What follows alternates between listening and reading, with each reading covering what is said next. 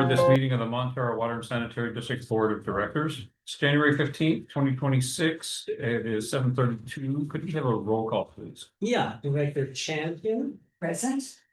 Director Young. Here. Director Boyd. Here. Director Slater Carter. Present. Director Softke. Here. All present. Okay, thank you. For President's statement, we got a few topics. One, just for folks who haven't seen it yet, we do have a new address for our website and a completely remade website that's much more, got some really good accessibility features, some fresh content. And that is at MWSD.net, MWSD.net. If you find anything amiss, just drop a note to us. We'll appreciate that, but hopefully you'll find that useful and especially more accessible. Clemens? If I can just add something to that, Scott. So we used to have the agendas with links, publish the actual Word agenda with links in it. So we have that agenda up as well, but there is a separate link. If you can't find that, there's actually two links. If you go on the various sections where you can find the agendas, there's two links. There's one that says agenda, and then there's one above that that contains actually a link to a kind of like a website created agenda that now has links to the individual agenda items, as well as a full board packet. So for anyone who has trouble accessing the packet, that's the trick. You need to use the other link. Okay, so a couple of links. If one doesn't have what you're looking for, the other one probably does. Yes. Okay, great. All right, once again, I'm just going to repeat something I said last time, because this time we've been through it. I want to take a moment to thank our team here at the district and at the Sewer Authority. You all do excellent work, often under very difficult circumstances, and the whole community got to witness some of those difficult circumstances over the past few weeks. In the recent storms, while we were, most of us, safe at home, often in bed with the power out, the crews are out there going from piece of equipment to piece of equipment to piece of equipment to keep generators running and fuel, to go find things that were going wrong, to respond to call outs. The SAM crew told us on Monday night they were painstakingly keeping an eye on all the vessels filling up with water and trying to make sure that none of them overflowed. And they were sweating bullets. It was a complicated job, and they were doing that round the clock. I know details from Sam because of the Monday night meeting that some folks worked for over 24 hours straight, which also put a burden on the crew working at the plant, because since people had to catch up on their sleep, the plant was running on a skeleton crew. So they were light during the day at the plant and everybody out, all hands on deck, whenever the storm said, you know, we need attention. So the crew has worked very hard. They did a great job. And I'm just really appreciative that they do the job, but also that they can do it safely. That doesn't happen by accident. That happens with a lot of training. That takes dedication from the team and from the management. And this is a moment to stop. And if you find an opportunity, I encourage you to offer them some thanks for the great work that they do. It's great to live in a community where the team works this hard and does such a good job. All right. So we're going to go to public comment in a minute, and I want to mention the public comment is available so the public may address the board and district staff. Our job is to listen and consider what we hear, and we aim to do so with courtesy and respect. And I hope we can all do so as we go through tonight's meeting. District staff are sometimes able to respond to comments. However, given several Seal Cove property owners have filed claims against the district, we will not be having a back and forth. The board will only receive public comment and will not respond to any questions or statements. Okay. With that, let's go to oral comments, and I'm going to look first to the audience. Greg Villegas. Thanks, Scott. I wanted to make a bit of a public service announcement. Some of you know that I'm part of a group called SHIFT, which stands for Sustainability in Housing, Infrastructure, Finance, and Transportation. Why it's relevant to MWSD is because the Metropolitan Transportation Commission recently came out with a Plan Bay Area 2050 plus. 2,000 pages of documents producing a plan that will cost $1.5 trillion over the next 25 years. And those are understated costs. For instance, the transit projects were listed at 2019 costs instead of current costs.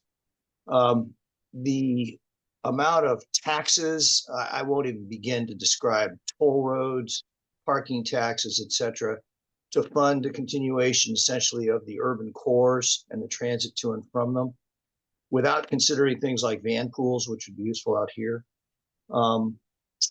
Even with all of the new taxes and funding, the unfunded portion of that plan would cost each Bay Area resident, that's woman, child, man, not the dogs, $100,000 each over the 25-year period.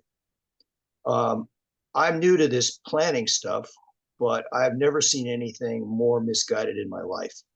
I just want to warn you that this is going to result in a bunch of ballot measures. And what's worse is when they did the plan, they didn't bother to audit the condition of the infrastructure and the fiscal sustainability of our cities, counties, school districts, water and sewer districts, or any other infrastructure. And they deferred a majority of the environmental impacts, which were unmitigated and impossible to mitigate. They just said, well, we'll let the local government take care of all those costs and problems. Did not include stormwater, did not include education, did not include healthcare. I could go on. So I just wanted to make you aware that this is going on. And in one way or another, you're going to see ballot measures and votes about this. And I'll be glad to provide people an update. I have a fascinating 66-page comment letter that went to the Metropolitan Transportation Commission, which makes good reading with coffee and biscotti, if anybody would like to see it. So that's my public comment. You were not included in what they're planning, yet you are necessary. All right, thank you, Greg. Other public comment. Catherine? I have a question. We had a letter that asked to be included in public comment. From Mr. Boston. Oh, yes. We each got a copy. Right. And I just wanted to make sure that, I wanted to know what the district is, how the district is going to handle that. Are we gonna read it aloud or just include it due to the request, or what exactly is our plan? Not to ignore Mr. Boston, certainly we can't do that. So I'm just wondering how we handle this. Christine, do you have any thought on this? Yes, thank you, President Boyd. Typically, a member of the public that asks that written comments become part of the record, they're typically attached to the minutes. There's no prohibition against reading the letter aloud, if that's your preference, but to comply with the law, it's just a matter of making sure that the public comment becomes part of the official minutes. Thank you. It was a rather long letter, so Yeah. I was concerned about reading it out loud. Thank you for bringing this to my attention. I didn't catch that. Let's direct staff to include this in the minutes of the meeting. Let's see, Bill, you had a public comment? Yeah, I've realized that my time is best spent fast and tight, so this will only be about 3 minutes or so. But a little over a week ago, I and my wife and a few friends were in the 9th District Federal Court as witnesses, not as interested parties, listening to oral arguments on a case we're very interested in. But before that, there were 2 cases we didn't know we'd have to hear. So this was 3 hours of immersion in the very top tier of the American legal system. And on the one hand, I'm chilled by what I heard, but at least as a software and hardware guy, I get to understand systematically how our legal system is slowly eroding and being hacked. And the idea is legalisms, strict construction letter of the law, as opposed to situational awareness.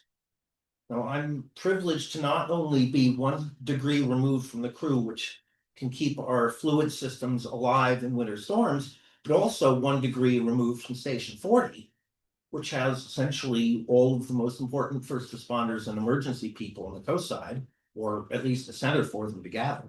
And I've been around CERT volunteers and stuff. And situational awareness is what makes things work. That's the reason you know how to fix the pipes. You've seen them before. It isn't the checkbox on some AI-powered text interface. So that's real life. But in this court, I got to hear first DHS claim that they should not have to give audible warnings before firing into a crowd, because the question of what is audible is up to the whim of the crowd. I heard that live. I then heard a company saying this woman has no right to a jury trial or anything in the American court system because she presumably received an email telling her the terms of service that she signed up for had been changed and she should have investigated. The judge then said, well, I get thousands of emails, I ignored them. The point exactly. Some tiny little strict construction overwhelms sanity. And the one that we heard was that because a woman in Kansas, her son went to a public school and used software they told him to use, therefore, by using it, and she didn't yank him out of school, therefore, she implicitly agreed to the terms and conditions, and therefore she has no right to a jury trial, etc. You know, it's 3 for 3. And now, unfortunately, we're the victim of the same kind of thing. Our district has like a dozen or so lawsuits against us, gobs of money at stake, all kinds of tiny little questions of which documents exist where, about what, and who knew about which when. Blah, blah, blah, blah, blah. Well, we can't go there. I'd like to be able to talk about agenda items and answer all kinds of questions, but now that constitutes doing work for somebody else's attorneys and jeopardizing what our ratepayers have and can expect in the future. So legalism run amok is touching us right here. And I'd like to resist it as much as possible. Thank you. All right, thank you, Bill. All right. Sid, Okay, real quick, Scott, tonight you mentioned the new website, and I didn't see on our agenda where we're getting billed for that website. Who is our person that charges us for the website? What's the line item, or how are we paying for that website? So we just had that up the other day. We did. The Streamline, I think is that? Yeah. Straight line is the one we've been using. So I thought I sent in, and forgive me because it was probably before I had my internet outage, but the Board of Supervisors, they have a district map that shows each supervisor's district and what their division is as far as you know, who they serve. And also, when is their next election cycle going to be up? And we don't have that on ours. And I think I put in a request, I don't know if it was to Scott or to Clemens, that we put that on ours, but our website says district and not division. So that needs to be changed. I did notice that mistake on there. That I think we should have our maps up there too, that shows each division. Since we did go to by division elections, and I don't know who you can pass that on to. Our maps are up. They are up at a tab on the top under district electoral divisions. The terms of the board members are listed next to each director under board of I directors. didn't see that. Can you tell me where that is? I'm seeing it right there. Under MWSD.net? And to district versus divisions, probably should Christine answer that, but I can tell you that division is perfectly fine. Division is what it's supposed to say, but it says district on the, Well- Actually, no, it says division. where's that? It's in several places. Go to the section on board and agendas. Okay, right here, we're underneath general manager who is on the board of directors. Under here, it says Sid Young, District 4. And Catherine, District 2. I'll just note that in all of our deliberations on the matter, we called them districts. All the way through that whole And- process. You know, I the think there- law sometimes uses those two terms interchangeably division versus district. I think Right. for all practical purposes, they mean the exact same thing. And for the most part, at least our electoral map, I know divides them, references each one by division, I believe. But anyway, just from I that believe that's standpoint. too. Okay, well, that's all I just wanted to bring up there, and then, if we did put in for, a, request, it doesn't usually take too long to send it off to, what was the name of the company again? Yeah, just send it to me. I know, but once you get it, how long does it Yeah. usually take? Depends on staff's availability, but we usually less than 24 hours. Oh, good, okay, so then the only other thing I was gonna say is tonight I went to a really great, open house that Ray had at his office in here on the coast side. He's having them throughout his district right now, but, he's mentioned that, they just recently changed, board presidents, and Noelia Corso is now the board president. Dave Canepa announced today he's gonna be, running for, Assessor. thank you, the assessor treasurer, and also, that fellow is stepping down, Mark Church, elections officer, stepping down, or retiring, I should say. And Ray's new responsibilities will be the Emergency Services Council, and that's, Debbie Ruddick was there tonight, and she's agreed that that's one of the most important things that both side really is concerned about. And, they're the ones that did the AI evacuation software, that they forgot to tell the coast side about. And, he also is gonna be vice chair of the administration of Justice Committee, I can't read my own writing, of California Association of Camps, Counties, sorry, and PG&E State Roundtable Representatives, so. He's got some big items on his plate that he wasn't even expecting to get, so that's pretty cool for him. And he also earlier last week had a, meet and greet of the new sheriff at his office. So, pretty much it for now. All I have to say, they did change the date again for the Seal Cove meeting. For the geological report that the county is gonna. They're holding a special meeting for our neighborhood for the geological report that they came out with. In December, now it's moved to February. Okay, thank you, Sid. Sure. All right, we have the consent agenda. Anything to pull for discussion? If not, could I have a motion to approve the consent agenda? Hope to approve. I'll second. Okay, so moved and seconded, Bill and Catherine, all in favor? Aye. Any opposed? Okay, 5-0, the motion carries. No old business, new business. Item 1, review and possible action concerning approval to accept federal funding secured by Congressman Ricardo for Seal Cove Coastal Resilience Project.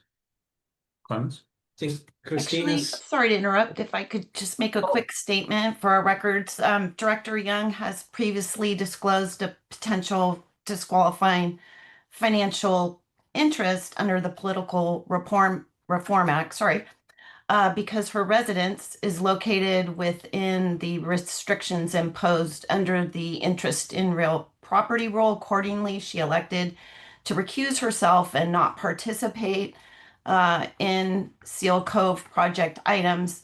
So she'll be recusing herself on this item as well as item 2 under our closed session agenda concerning Seal Cove claims against the district. So she'll have to leave the dais prior to the board's discussion of this matter, presentation now, actually. Right now, Yes, okay, sorry. thank you.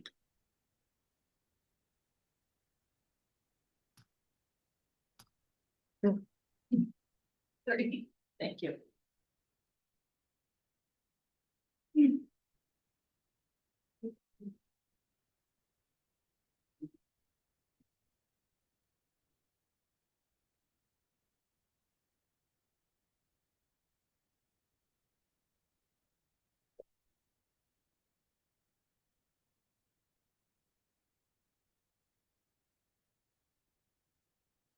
Okay, comments?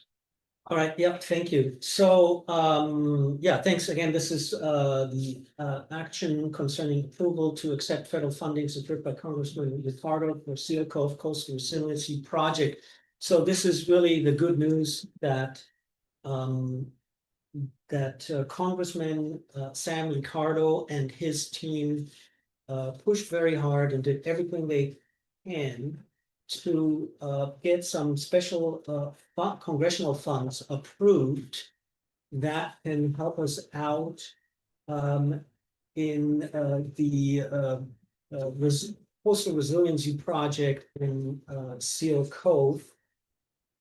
So I'm gonna be very happy when we have a check in hand. Right now, there's 2 signatures missing.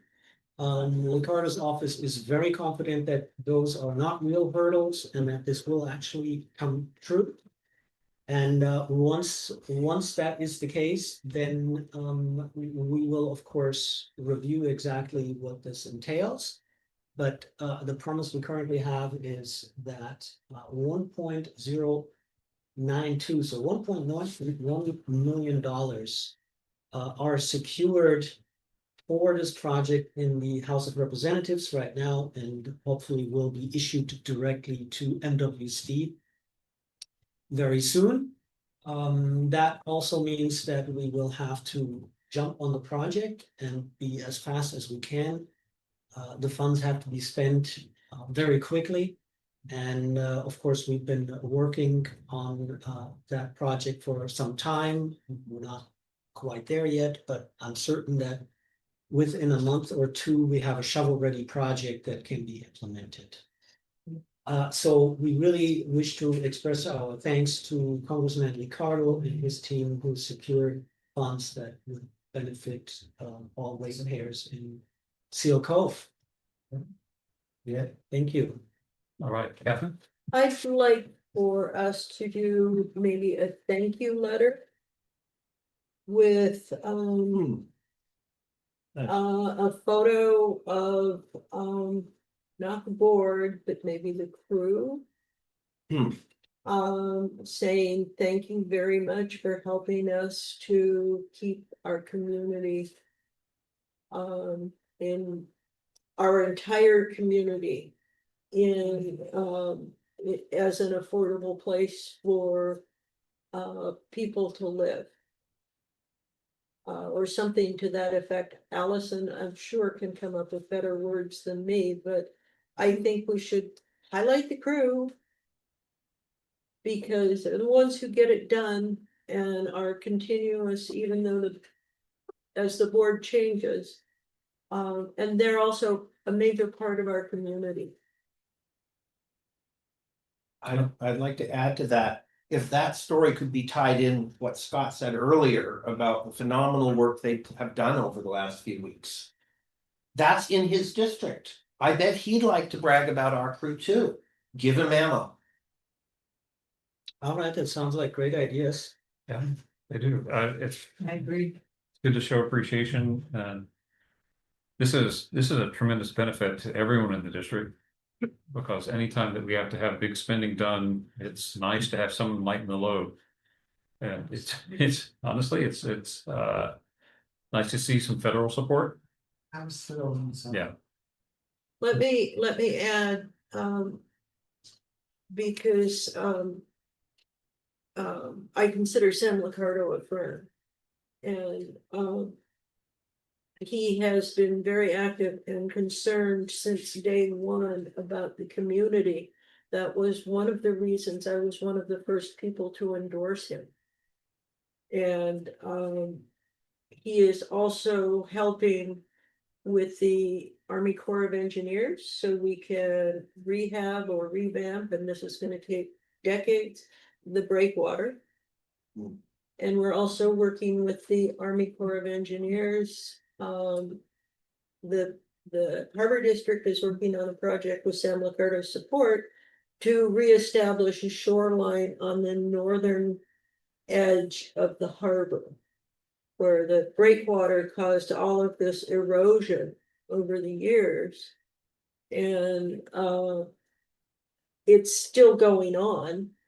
And so we're trying to figure out engineering ways to stop the erosion and build the sand up so people can use the north side of the harbor for recreation too. But that's with Sam's help. Yeah. And he is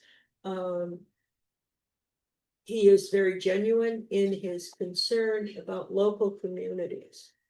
And we're very lucky to have him. Well, since we're singing Sam's praises, I want to take a moment to chime in on a completely separate issue that's really of great concern to a family I know. I asked if Sam's office could step in and provide a little support, and I was just absolutely thrilled. They really stepped up. The congressman and his team really supported a family through a very touchy, scary situation and helped get them through safely to the other side of this very difficult situation. And I really found his staff to be just great about being concerned for the humanity of the people involved and going kind of an extra mile to use the influence of the congressman's office to see to it that a family was treated with dignity and good process. And I was very, very thankful for that. I'm sure Sam's human, but early indications are he's involving himself in doing some really good things, and that's a good benefit to our community, obviously to the broader coastside community, and even when it comes down to individual families. So Yep. All right, well, that's terrific. The recommendation is we authorize the general manager to accept the federal funds when they're available. I second. Yeah. So we have a motion and a second. All in favor? Aye. If I could- None opposed? Sorry to interrupt, President Boyd. I'm going to talk in my attorney's report about some of the new remote meeting rules, but one of them is, since we do offer remote meetings, it's now mandatory that all votes be taken by roll call. All votes. Yep. Okay, well, Aye. let's do So roll maybe call. we could just do that again. All right. Well, I was gonna just cheat it and direct staff, but okay, let's do the roll call vote. Okay. Director Stepien? I agree. Okay, yeah, Yes. we're just, Aye. yeah, we're just redoing the vote since we have to do it. by- Director Boyd, Aye. Director Slater Carter, I Director Sofsky, Yes. motion carries 4-0. All right, thank you. That's one of my favorite little points that a lot of people don't know. To complete it, you actually have to announce the vote, the outcome of the vote, the count, how many ayes, nays, abstentions. Good. So you might notice I try to always do that, and it's easy to go, yay, it passed, but we actually have to say that a little bit. Letter of the law and all that. Okay, so with that, we're ready to go on to the next items, So and we need to sit back in the room. yeah.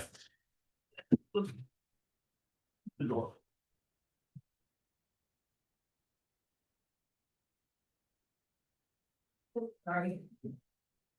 Well, counted as an abstention on that vote or not voting at all? I'm not voting. Okay.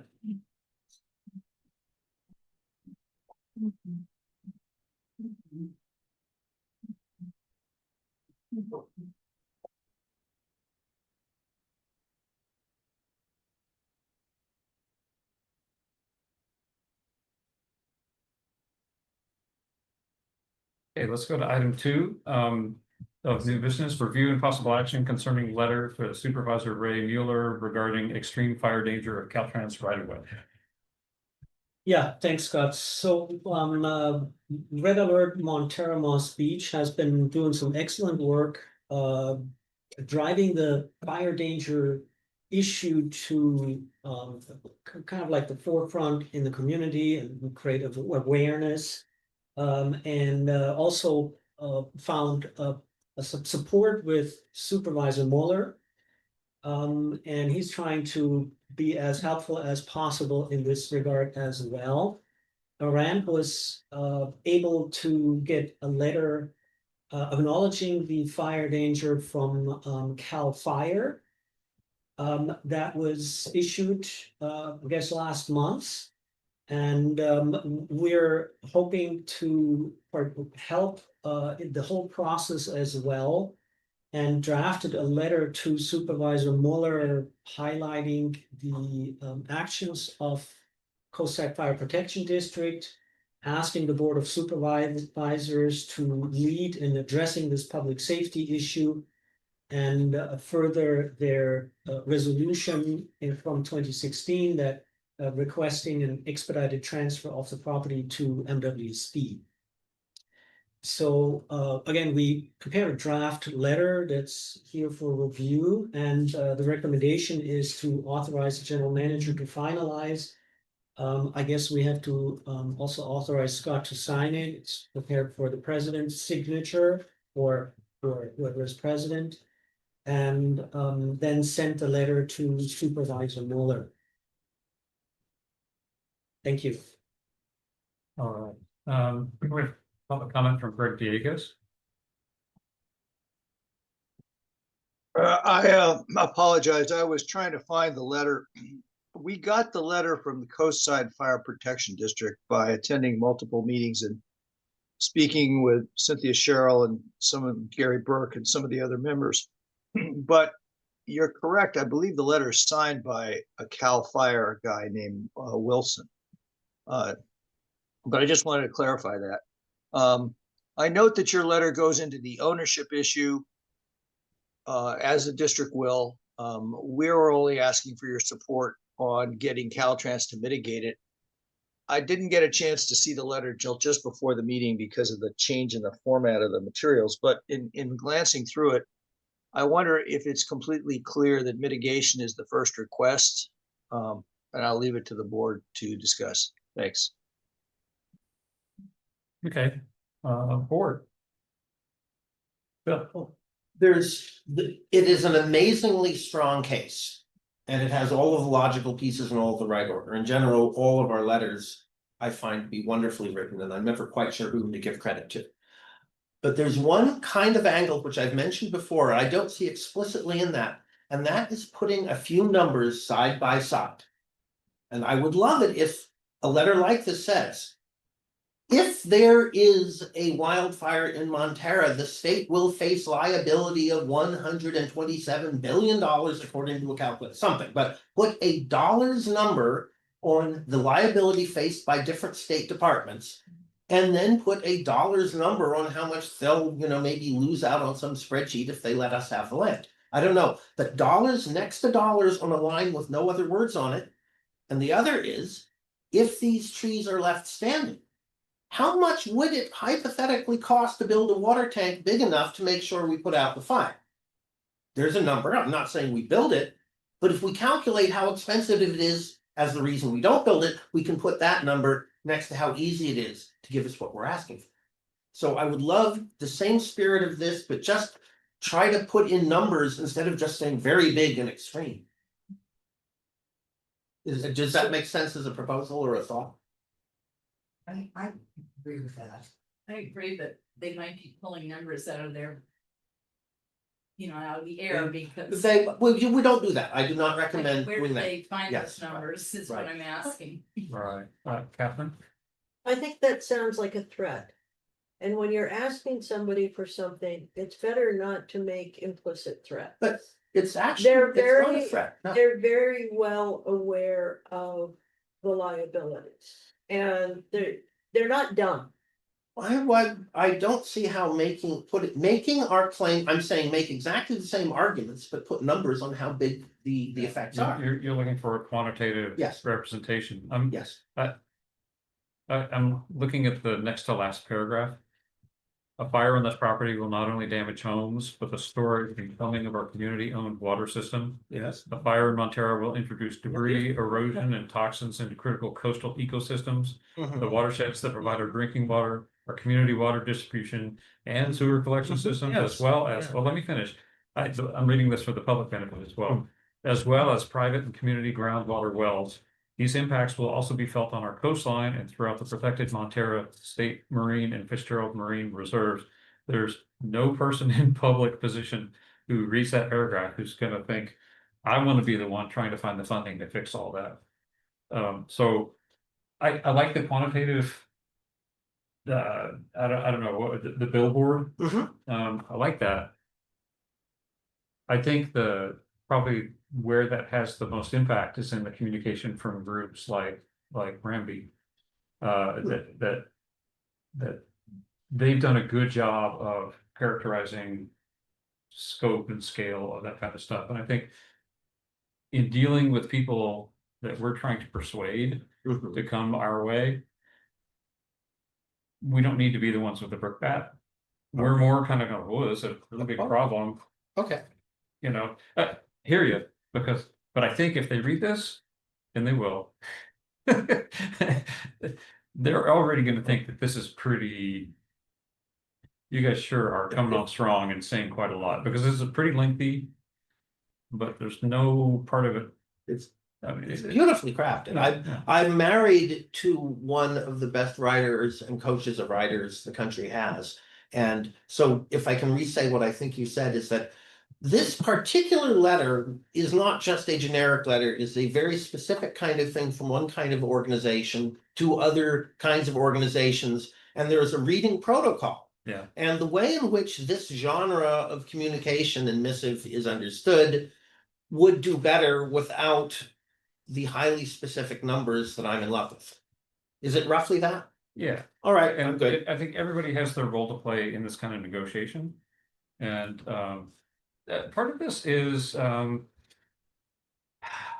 there's a strategy in a negotiation that's called principal negotiation, and the strategy is, this particular one is paving the golden bridge, providing a pathway that this is obviously the good pathway to go, because it's made of gold. You want to get to the other side, and here it's like, this is a really big problem, and we're prepared to take this on. That's the purpose of this letter, but it's also kind of calling them to account, because it's like, we wrote them and we wrote them and we wrote them and we didn't hear from them. To that end, by the same token that I'm happy to say, yeah, we won't put those numbers into this letter. I think it is very good for us, at least internally, to have those numbers, to do some sort of way where we can say, oh yeah, it is a factor of 100 in pollution from the runoff that would occur in a normal year without a fire. You know, have the numbers, factor of 100, factor of 10, not necessarily in any given letter, but I want to know them to have the confidence of which letters to write and how I can talk about things in person. Catherine? I think the ownership of the right of way is critical if this project goes forward. Caltrans tends to come in and take all the trees out, just clear cut.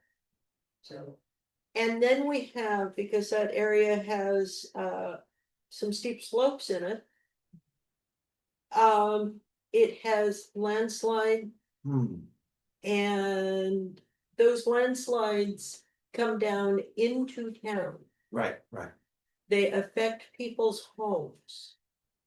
And so we need a local agency who can be responsible for the scope and implementation, working with the agency that's doing it of the project. We've all heard about the landslides from the fires in SoCal. And it's a real thing here. In El Granada, they clear cut a lot on a steep slope. This was many years ago. And there was a landslide into the house down below the lot.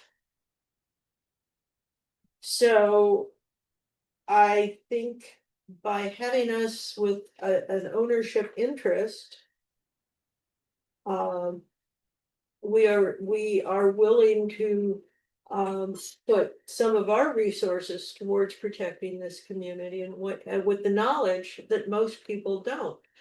When I was at my house on Alamo one day, I was out in the yard and I saw this car go by, and it turned around and came back, and so I went out and I said, "Are you lost?"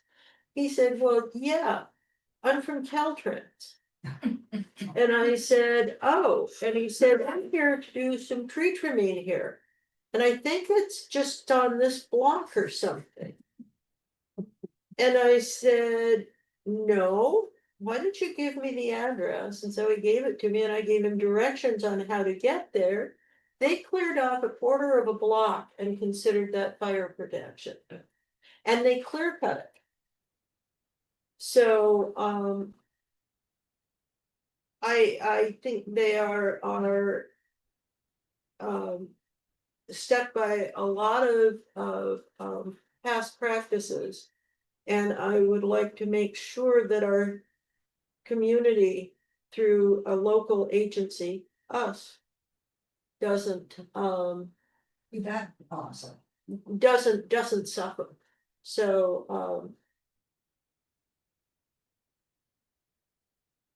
yes, and I will just give myself some credit. I have been working on this since the late 1990s.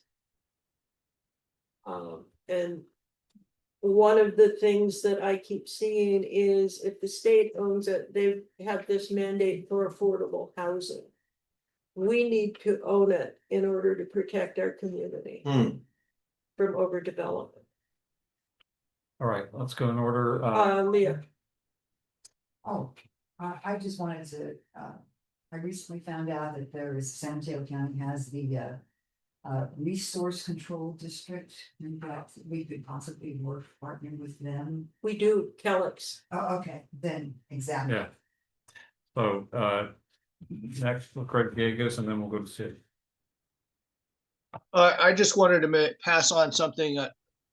I hope this isn't out of protocol. A few months back, Supervisor Mueller and I discussed this matter, and he asked whether the ownership issue needed to be part of the resolution. He expressed concern to me that if it were, it could delay the action by the Board of the Supervisors. And he was not on the board at the time that this came up before. I believe Don Horsley probably was a supervisor. He may not be aware of what issues were raised to object to the previous attempt to transfer the ownership, but he certainly seemed to think it was a streamlined process to just ask Caltrans to mitigate it and push for that. So I just offer that as background. That was part of what shaped our thinking, even though we clearly support the transfer of the land that you're asking for. Thanks. Thank you, Greg. Sid. So, I mean, I hear you say you want to be stewards of that land and offer it, but what exactly is our monetary outlay to have a crew that's gonna do that? We don't even have a plan. I know, that's what I'm saying. What's the idea if we're gonna, else. let's say they signed it tomorrow, would we be hiring 10 guys to be out there trimming and maintaining and always, keeping track of that Caltrans right away in perpetuity? Or what if we don't have a plan? So how could we be asking for that? I would turn your attention to the wording in the letter, which speaks directly to Caltrans mitigates it, and then we take it from there. We've been consistent. Staff has been working with county and attempting to work with Caltrans on that approach. So you want them to first clear it, then we take it. It's in the letter. I saw And that. it's consistent with the messaging that we've been conveying at all points. So what if they go in and clear cut it like Jeff was talking? They may. Right now, they own it. Right? So they might. And so what we're trying to do is, in partnership with the folks Greg's working with, in partnership with the county, who has, when they voted years ago to support our interest in getting that handed over from Caltrans to Montara so that we could maintain it and utilize it to stabilize our water system and provide additional water resources to provide us more capability, so we can be, have a greater assurance even in severe drought. I mean, they signed on to the mission with a 5-0 vote. So before Ray got on the Board of Supervisors has long been on the record of supporting this plan. So I understand Ray's point, but this is nothing new. We're totally supporting getting this, the fire danger mitigated. And part of the message here is, if you're Caltrans and you go in and you do this big mitigation, you're sitting there going, I'm gonna have to do this again. Right? So they know we're not just paying it once, we're paying it multiple times. And what we're saying is, you pay it once and we'll take it from there. Now, what we can do different is ongoing maintenance. No, but. They come in every 30 years and clear cut. We don't need to do it that way. We can do proper management on an as you go basis. That we wouldn't have any input on how they do that. That just seems like a lost opportunity. Because, I mean, They- thinking about what Catherine brought up, because it could run up, it could have really a bad impact down the line. Sure, And it yeah. would take years and years and years to recover from that. So is there some way that we can think about the possibility of having a say in how it's done? You know, maybe we have a plan that we'd like to have it like be mitigated, but actually make a park out of it. I think you make a really great argument in support of exactly what the letter's going to. Yeah. That is, we're gonna show a lot more concern for doing it well than Caltrans will. And this community knows Caltrans only does things well if this community insists that they do it well. That tunnel was not their plan. Right. They were gonna do, 25 cuts and fills across the mountain. And they were all gonna suffer from erosion and polluting the natural bodies of water and. Well, right, so, but what you're saying really kind of boils down to the local controls, the way you get the smart management that really takes care of the holistic approach. To the point of, it would be, it'd be great if we could negotiate some kind of controls about them doing a good job the first time. At the beginning of the letter, we've written the following people multiple times, and they have not written back one time. Okay, in this negotiation, they've taken a position on not speaking up, not engaging. So what we're doing is we're going to the county and saying, long ago, you said you were supporting us. Along the way, you've given pretty strong indication that you still support us. We're asking that you step up and use your leverage with Caltrans to bring them to the table and say, you've got a big fire danger. You got a lot of people looking. You need to do something. And if you're worried about having to do this, if it costs you $2 million to do it and you're thinking, well, $2 million every 5 or 10 years is something we don't want to take on, fine, spend your $2 million and give it to them. And then it's not your problem.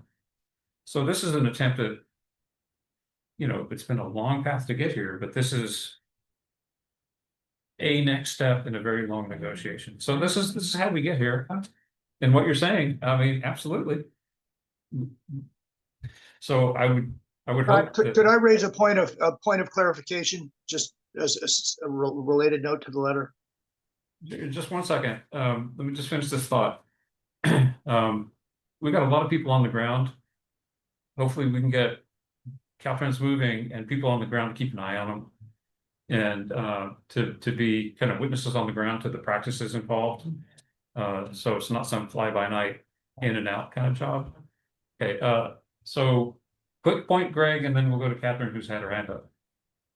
Okay, there's a sentence in the letter that says 1 year after the anniversary of the devastating fire, still no action has been taken in Montara. From the point of view of the Caltrans bypass, there has been action taken.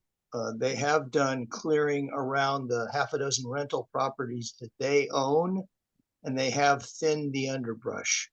So my wording would be insufficient action, but I don't think we could say no action because they have done some stuff. That's a good point. Catherine? Well, short of ownership, the other thing we can do, it just occurred to me, because this district is very protective of our watersheds, is when the time becomes ripe, it's not for this letter, is just to say this is our watershed, our water supply depends on it, and we need to be part and parcel Mhm. to protect our watersheds. Mhm. And you need to come to us for a permit. Or coordination.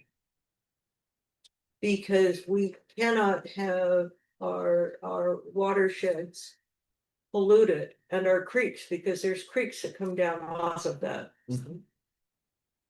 It doesn't sit in a little island of property lines, so I have a feeling like this district has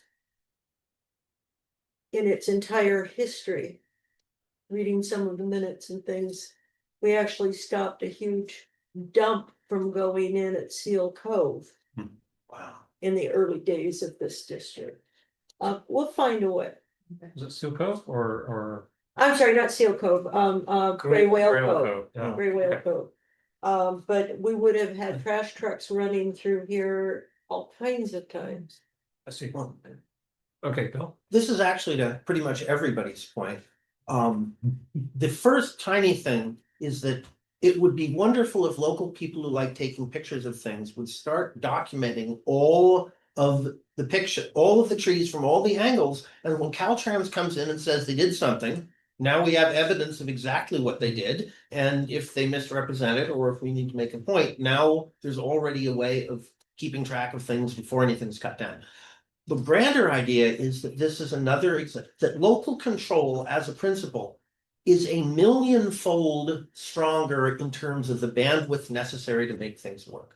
You want your pipes to be maintained by people who know those pipes and who've dug that ground before. You want your watersheds protected by people who know which ways the rain flows and which parts of streams tend to plug up and then send water in other directions. You don't want a checkbox at the state or county level to decide which things are going to happen when there exist people who actually know this and talk to other people who know stuff. So when you do the numbers on how things actually work, it's micro expressions and nuance and intuition all the way down by a factor of a million. There is no defense for administrative overreach except by administrative.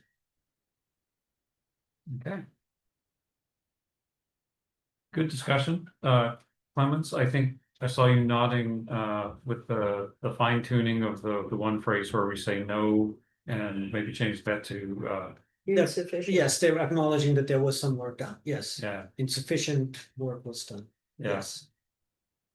I mean, the flavor that I got from it was they took care of their very specific interest without much regard to the broader community interest, which is like it's not a good look, you know. No, you're worried about your houses, but not our houses. It's kind of what it comes down to. Now, they probably didn't say that out loud, so they probably didn't see what they were doing. I'm not going to blame them for tending to the things that they have direct responsibility for, but it does kind of. If you talk to Allison and she sees some way to put some flavor on that, Yeah, might be good. Do we need to vote on this? I think they're looking for, otherwise we need to final or Scott to sign it. And us to send it. A final thing. so let's, we could have a motion to authorize the general manager to finalize and send the letter to Supervisor Mueller. So moved. Okay, I'll second. Sid and Bill, thank you very much, and I guess we get a roll call vote. Director Champion, Agreed. Director Young. Director Boyd. Yes, Director Slater Carter, Yes. Director Softly. Yes. Motion carries 5-0. all right, thank you. Let's go to the next item, review and possible action concerning adoption of connection charge report. Yeah, thank you very much. This is an annual item that comes up every year. I'm gonna hand it over to Peter. It's not complicated, but Peter, you're here. I'm not sure if you were or not. Yeah, no, it's an annual piece that we approve each year. We wait till after the audit is complete.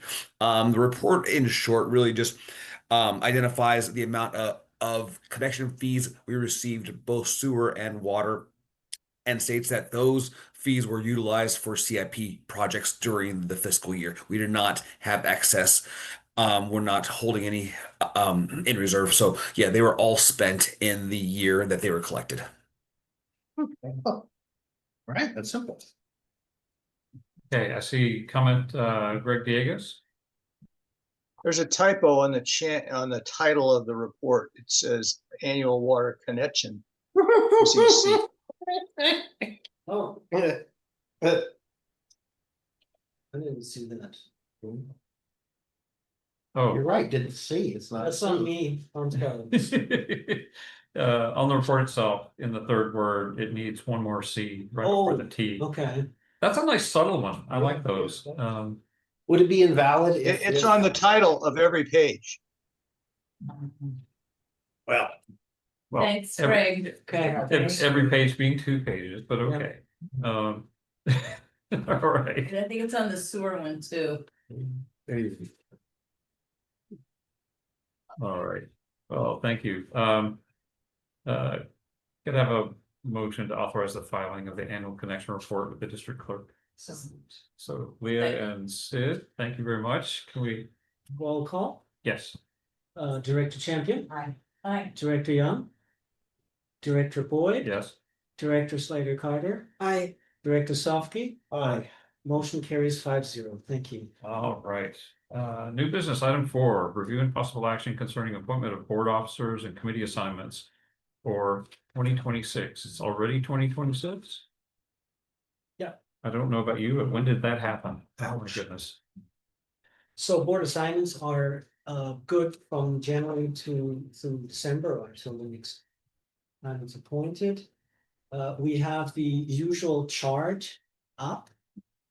And I just wanted to make a mention.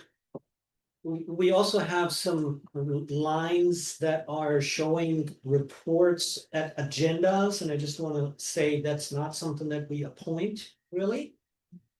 So of course, it makes sense that, you know, the CSDA member is reporting from a CSDA event because the CSDA member most likely attended that. But I think the purpose for the items on the agenda is that the person who, you know, has the most knowledge can report about these items. I'm just saying they're not completely in sync with these assignments here. Okay. Thanks. All right. I'd like to nominate you to be president. I'll second that. How many years have you been president, Scott? I'm not counting. Well, when did you start? I don't know. Been a long time, huh? Yeah, it's kind of a Decade, 2 decades, something like that. no. No, No, When was it? no, I don't know. I think it's best for a board to rotate and have people learn the job and not always have the same person at the helm time after time after time after time after time. Mhm. So maybe it's time for fresh blood. For the good of the board, do we other have any other officers- nominee? so I was still talking, so other officers could get a chance to learn. Otherwise, you'll be having a stagnant board Yeah, if something so- were to happen. Well, So- I would say, rather than get into a long debate. I don't hear any other nominees, so let's vote on it. All right. Comments? We're gonna take a vote on the Okay. president. Director Champion, I would vote for Scott. Director Young, I'll abstain. Director Boyd, I'm willing, so yes. Director Slater Carter, Yes, Director Softy. Yes. Okay, so let's, thank you. Just after the fact, actually. I've done this, every time I've done this, I've reserved comment. During the time when the board is considering a position that I'm sitting in. To let the board have that deliberation, so. I thought, but I chose to, as I do, to let the board have that discussion. Sure. So, I just think it's good for a board to freshen up now and then, not become stagnant. Yeah, I hear your point and I take your point. Okay. Let's now discuss, President Pro Tem's currently, Catherine's in the seat. I will nominate Catherine to maintain that position. Thank you, I'll second it. thank you. We have any other nominations? Okay, so, Roll call? you know, let's do the rest of the positions if this is okay with you Sure. all. Let's do all the rest of the positions in a single vote if we can. If we get to where there's some kind of trade-off, then we can take that separately. So we'll pencil in Catherine holding, pending the vote for secretary. Like to nominate Bill to be secretary. Bill, is that something you'd be willing to do? I'd be happy to.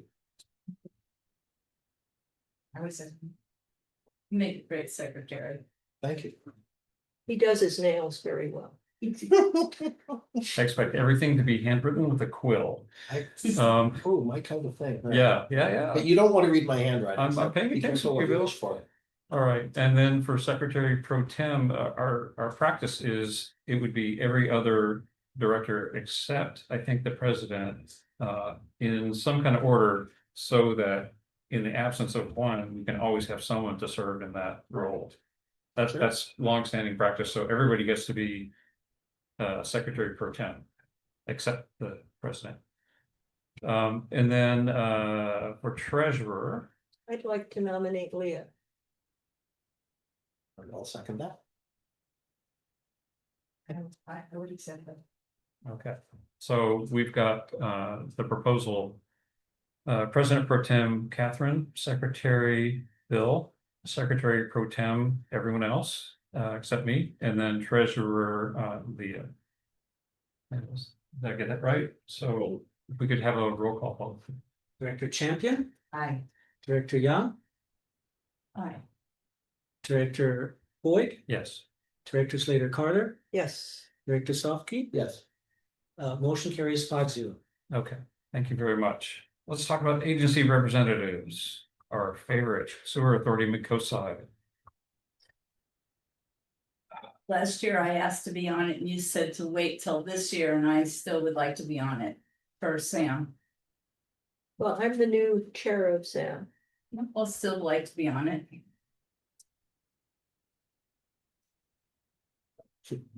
I think given what's going on with the settlement of the lawsuit, which won't be announced now until. We won't know if Half Moon Bay is appealing it until early March. Because of when the it was the judge filed her opinion or her verdict.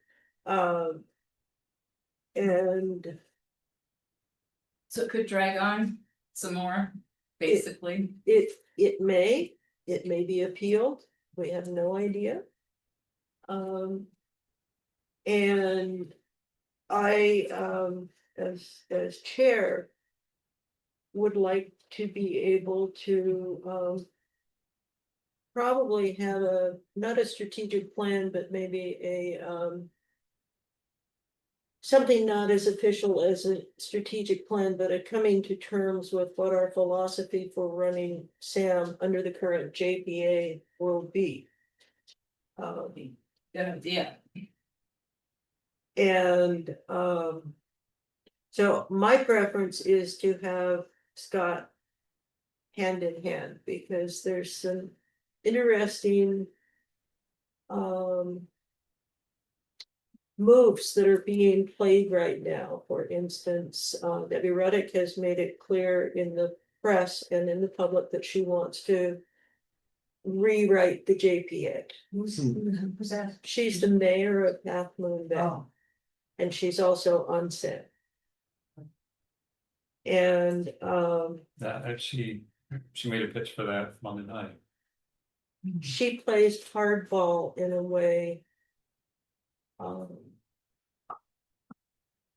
And in a very serious and, um.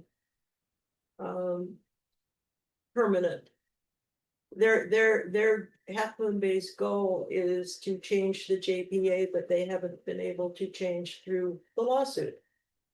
They haven't given up either. They've been rattling that cage like a pit bull for a long time. Yeah, For a very long time. what I see happening, and this is one where I am interested.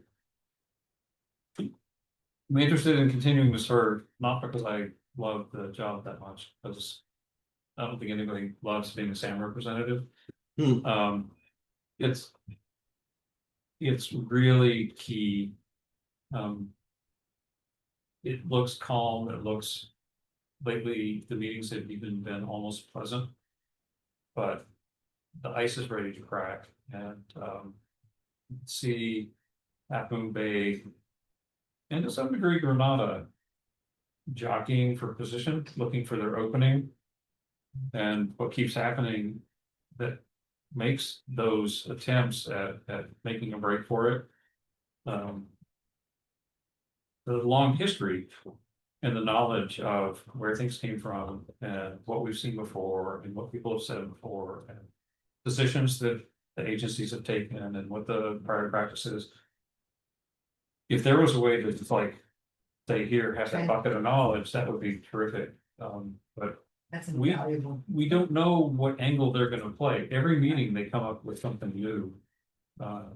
I understand they came up with something interesting in the finance committee today, and it's like. Thankfully, Catherine's on that and was able to see it for what it is and have some lot of context for. You know, interesting play if we didn't know the history, right? So We need this is that. this is one where I mean, I am being genuine. It's not something that I really want to keep doing, and I want to get people ready to step into that. But right now, while we're waiting for the appeal, and they're still clearly got their steely knives ready, you know, it's I'll make the pitch for staying on it.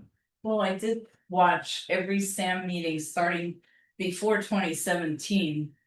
Just on video before I was interested in joining this committee, I mean, this board, because I wanted to see what really started this, you know? I watched all the way back to when Rick Kowalczyk was on the board of SAM and people like that, and just to see what formed their, you know, little steely knives, as you say, you know. I could see what they were trying to do, but I didn't understand it, why they were trying to do it, except I saw in this sewer report. 65% now they're up to their flow report was 65% for I think the month of November. So they obviously December will be even more interesting. they want to get out of paying their share of that, even though they keep adding more building in their district. So, you know, obviously they would love to change that. Yeah, well, we should talk some, and I should share more of some of the earlier history, the stuff that's not on video. This stuff, in my estimation, goes back to at least 1997. And really some of it back to the late 50s when the county and Half Moon Bay had a plan to expand the city of Half Moon Bay all the way to Montara and all the way down into Pescadero, so it'd be one city. And that's kind of been the plan of record. Every supervisor who's ever taken a seat, no matter what position they came in with, like Rich Gordon didn't think that was a good idea until he was in the office, and then he came around somehow to this notion of, oh, Half Moon Bay should be. So the people who live here have a distinct opinion, and the people to the south and over the hill have a different opinion, but you know, our community is true to itself. So, but I'm happy to share with you more, and I think that'd be a really good idea to. I can't give you a bucket full of it all at once, but I can certainly start that process. Okay. That's Phillips. Just a drive-by comment that any organization or even any algorithm necessarily has a trade-off between institutional long-term knowledge and fresh blood and new ideas. Those add up to 100% somehow. We happen to be lucky that in Catherine and Scott, we have an incredible amount of institutional knowledge just over the many, however many years, decades, whatever number you didn't give us, was however long it's been, you've absorbed that from doing it and also from being around other people who've done it even longer. And given that we are the little fish and there are lots of big fish around trying to gulp us, it's incredibly important we not lose the advantages we have in the process of making sure that, you know, even more local perspectives and even newer ideas come in. And I have some of those. I'm often the guy with the weird, crazy ideas that are the opposite of what's been done institutionally. So a system in which we could learn how to replace them, that would be wonderful. But just replacing them without knowing how to do it, I would not want to be that one. Well, I mean, tonight, there was no one there from this district but me at the open house, and there were a lot of hoi polloi there from all over, you know. People like Deborah Ruddick and the people that sponsored it, that paid for the food, and two people from the Harbor District and a lot of other dignitaries, but I think Yes, we're not there glad handing and you know, making ourselves completely known to Supervisor Mueller, so it would be nice if we were asking him for things to be more visible. I think. Oh, we don't. I didn't realize that was the point. Okay. Well, I'm just saying, you know, it's not all about just being down in the gutter and trying Oh, no. to fight for things. All of us should be glad handing, getting Yeah. to know, building relationships, because so much is actually accomplished through relationship. Absolutely agree with you. Okay, And I think each of us has been doing outreach in our own ways. I've certainly crossed paths with Ray a few times and always trying to seek advantage for the district. it And, would have been great to see him tonight to talk about that That would have been letter. great, and I also have a full-time I job, do. which, you know, I do have. That's what I'm saying, you could let go of some of your power if you really wanted to. Well, it's I don't think it's about. it's not about Well, power, whatever. I mean, it's about doing. That's responsibilities. That's No, that's I'll say okay, responsibilities. That's a okay. better It's- choice of words. it's look, it's a juggle, I'll admit it, but it's also we each have different skills, different experiences, different knowledge, different relationships, different approaches to life and people. That's the thing about the team. I remember, I can't tell you how many times we've been accused of all being of one mind, and there's like this group think. And we always, I've seen us be a little amused at that because, you know, look around this table. Are we one mind here? No. No, but we are one team, and that's where we really get our strength. So it's going to be those differences that like you're saying, Bill, it adds up somehow. And little things add up. and part of the fun of it is we don't get to go to market and buy just that set of skills that we want. This isn't just hire the team you want. It's like you get some people of goodwill who want to come together and do work for the community. And what are you going to get? You're going to get a ragtag team. That's what you're going to get. And then the art is in trying to knit it together. So all good points. I think you need to groom people so they get to learn Agreed. other Agreed. responsibilities and not just say, you know. No. Stay where but- you are, you're doing fine, and let people like me and Leah and Bill learn some other There's plenty, responsibilities. there's a lot to do this year. Like what? Well, I mean, we've got two folks taking on new responsibilities, Right. so Leah's got a lot to learn, but Leah's also been cracking the books and learning a lot about the district, about the law, about the way the state works. Bill's been, well, you've been going to the conferences and learning a ton about what's going on out there and building relationships with people and spending time with Clemens to, you know, come up to speed on lots of interesting topics. So there's a lot going on. Okay. I feel better about that. No, yeah, and I want to compliment Clemens, who's put in a lot of time with board members to help us all get better at what we do. And if there's anything good to say about what I'm doing, know that working with Clemens, working with Christine, I'm better at what I do because I get to work with them. And I think we all benefit from that. Every now and then we should take a minute, call that out and say thank you. So I'm saying thank you.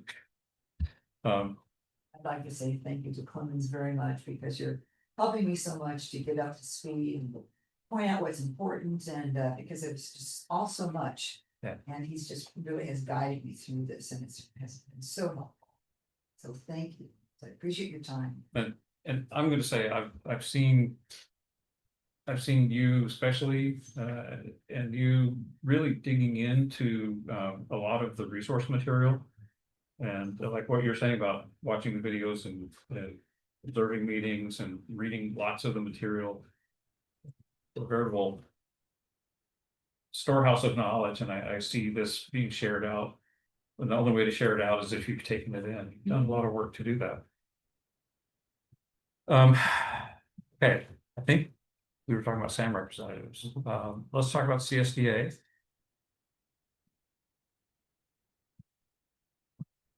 Well, I'm on the CSDA board, and I go on CSDA locally, and I can't. I have I just want to jump in here and say, this district managed to get a member on the board. Mm-hmm. That's pretty good. I'd like to leverage that. Mm-hmm. Now, is there, to be a member on that, even as an alternate, is there a lot of travel involved or is there something where it's local? Because that would be one of my restrictions. there is travel. But as an Yeah. alternate, I've not been tapped to do it, but Bill, you, But I went once and it was amazing. yeah, These are essentially the most autonomous administrators in the state because all of them are special. So it's like 1/3 board members, 2/3 administrators. So there are people like me, there are more people like Clemens. And the one thing they have in common, it's from fire districts and cemetery districts and library districts, just any group where there's anything remotely like fees or taxes falls under special districts. What they have in common is providing the service they want while being rained on all kinds of unfunded mandates and stupid restrictions from above. The structural commonality is amazing, even more than with water. Water has a lot of industry, this and that, but CSDA is a uniquely clean, clear view of what administration and government really does. You're not mandated to go to the meetings, but they're interesting to go to. And you can take the classes online too, but So are the meetings, there's no kind of Zoom or anything like that? there are a lot of things you could take online, but the live meetings are 3 or 4 days, like in Monterey or San Diego. I'm kind of prohibited from doing that. Really?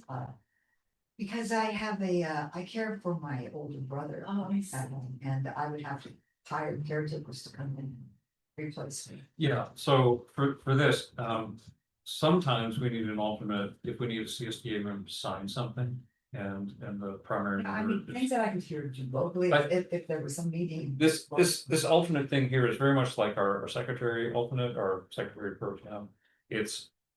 We just need people on the list for backup, but it also provides opportunity if you're the alternate, then if you see an opportunity to go to something, then that would make it easier. And I don't need to be an alternate. I'd be happy to have you listed as an alternate. And then if you see opportunity, great, but there are some remote things and the classes are really good. The online classes are good. You can take a lot of the classes online. Yeah. And as a matter of fact, we're going to have to take each and every one of us the new Brown Act classes. Yeah, I just, No, No, not that one. not the new one. This is the longer one, the more complicated. this is the one that says we have to have a roll call vote on every vote. This has some interesting twists and turns in it. Yeah, it's the biggest change to the Brown Act in a very long time. It's gonna take a minute to learn all that. And it's gonna take. So what I would propose, Leah, is that we list you as an alternate, but with the understanding, we're not asking you to do things that are not gonna work. Okay, But it's more I as can an agree with that. opportunistic. All right. opportunity. Thank you. Okay, and then Aqua. We've got Bill as the Aqua member. I love that point. so he's happy. Yep. Okay, Bill's happy. We only have one member for that. Yes, Okay. yeah, CSDA and Aqua, we both on. The language is weird. We both only have one. What I mean is, we don't need alternates and we don't ever have other people go to their conventions or anything like that. I don't think there's anything preventing people from going as board members, but I don't think that we've ever seen a call where we really wish we had so many names as an alternate. I went to Aqua meetings for a while, but it was all about recycled water and they said, we don't have the money, we don't have the infrastructure, and we don't have the use for recycled water. That hasn't been coming up since, forever. Well, that honestly, I'd love for recycled water to come back up because the golf courses are still here. They would be a very good place to use it. But until we get a few things sorted at Sam, it's gonna be, That's what I meant. it's definitely. It's still on the back burner, but it's not on the front burner. That's a big frustration because we put a lot of work into that, but. Given the opportunity, I want to say, I want to say I'm a big advocate for it used in the right way. Well, I go to Kaiser in Redwood City. Yeah. And when they opened the new medical building on Maple, 905 Maple, I went into the bathroom and the toilet looked a little yellow. And then there was a sign and it said that it's recycled water. Recycled water shouldn't be yellow. Well, it was Oh. lightly yellow, not Hmm. yellow, just off color. I gotta say, there's a way that happens. I know, but it wasn't.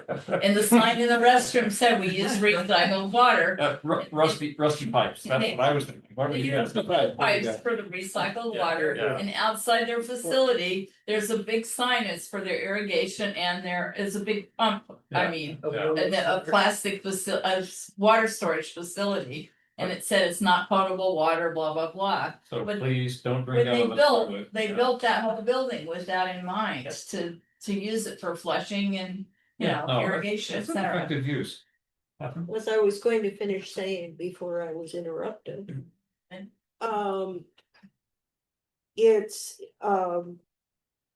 It's not, so I went to those and I was shocked and amazed, and this board has raised over the years many concerns about pollutants that get into the water that cannot be removed.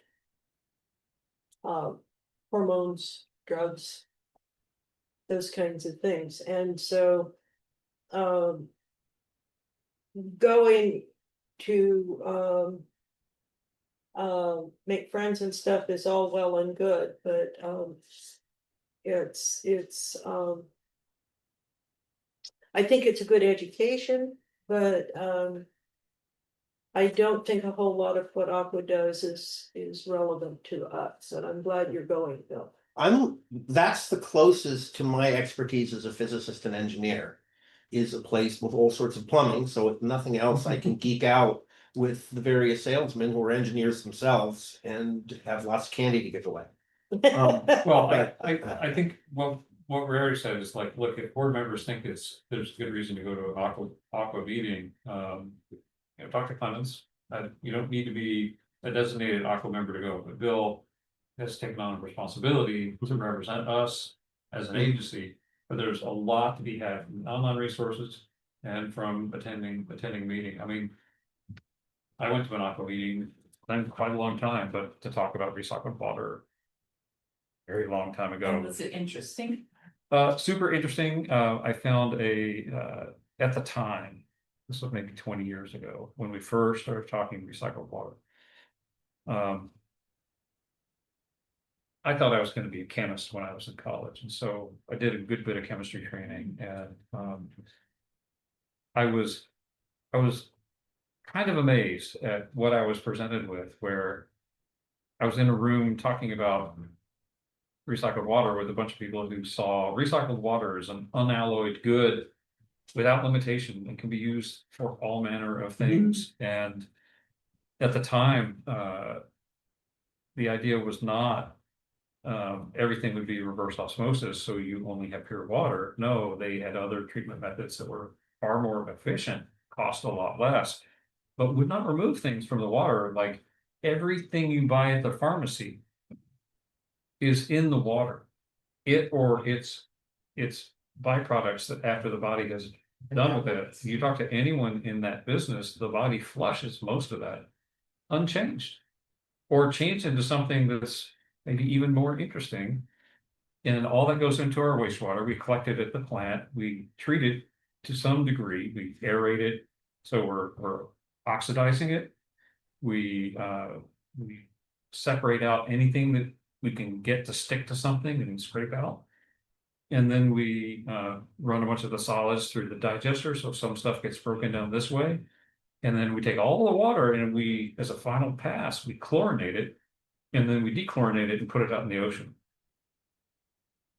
That won't get rid of a bunch of the pharmaceuticals that are resistant to all of these breakdown processes for very good reasons. That the body would defeat them if it could tear them apart.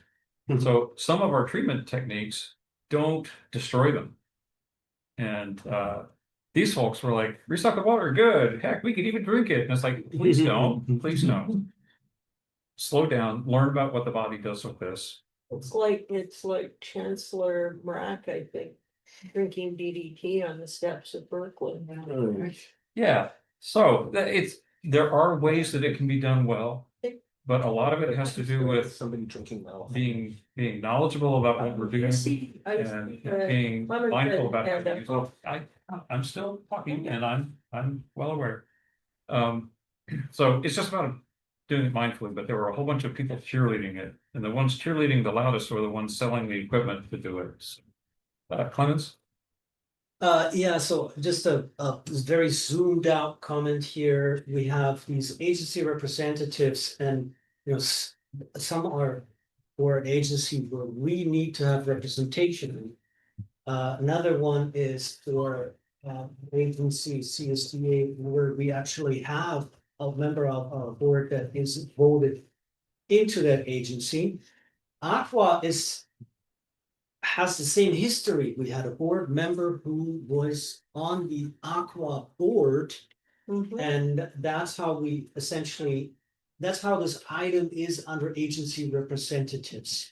There is an agency that we should participate more in, that I think we have a need to fill, and that is the California Association of Sanitation Agencies, CASA.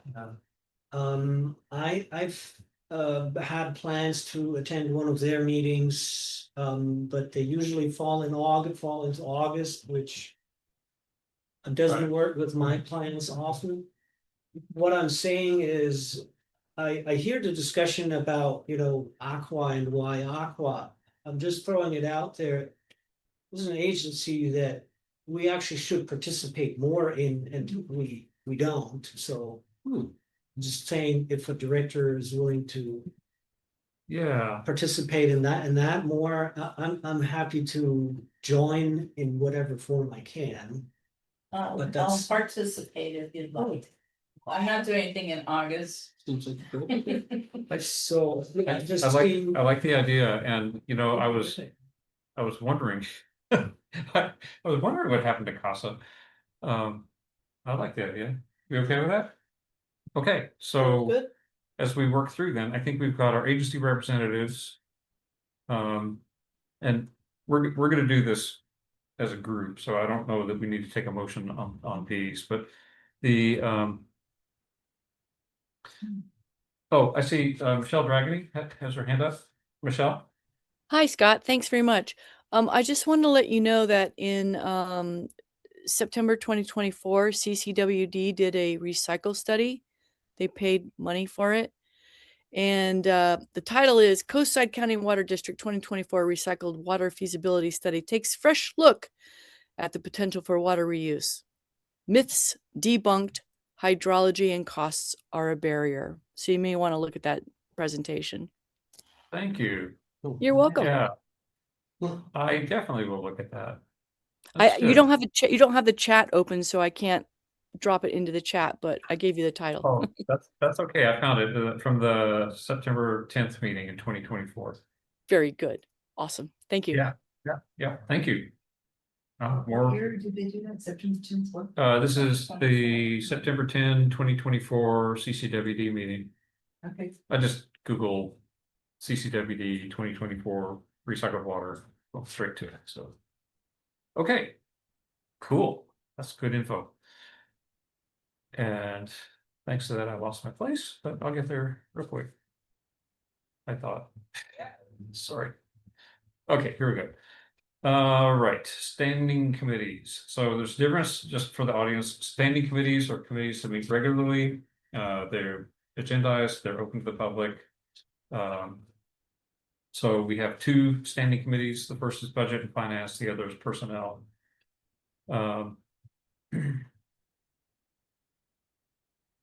Is personnel a standing committee? Now that we've got a different treasurer, I know budget and finance changes in some ways. Yeah, Clemens, is personnel a standing committee?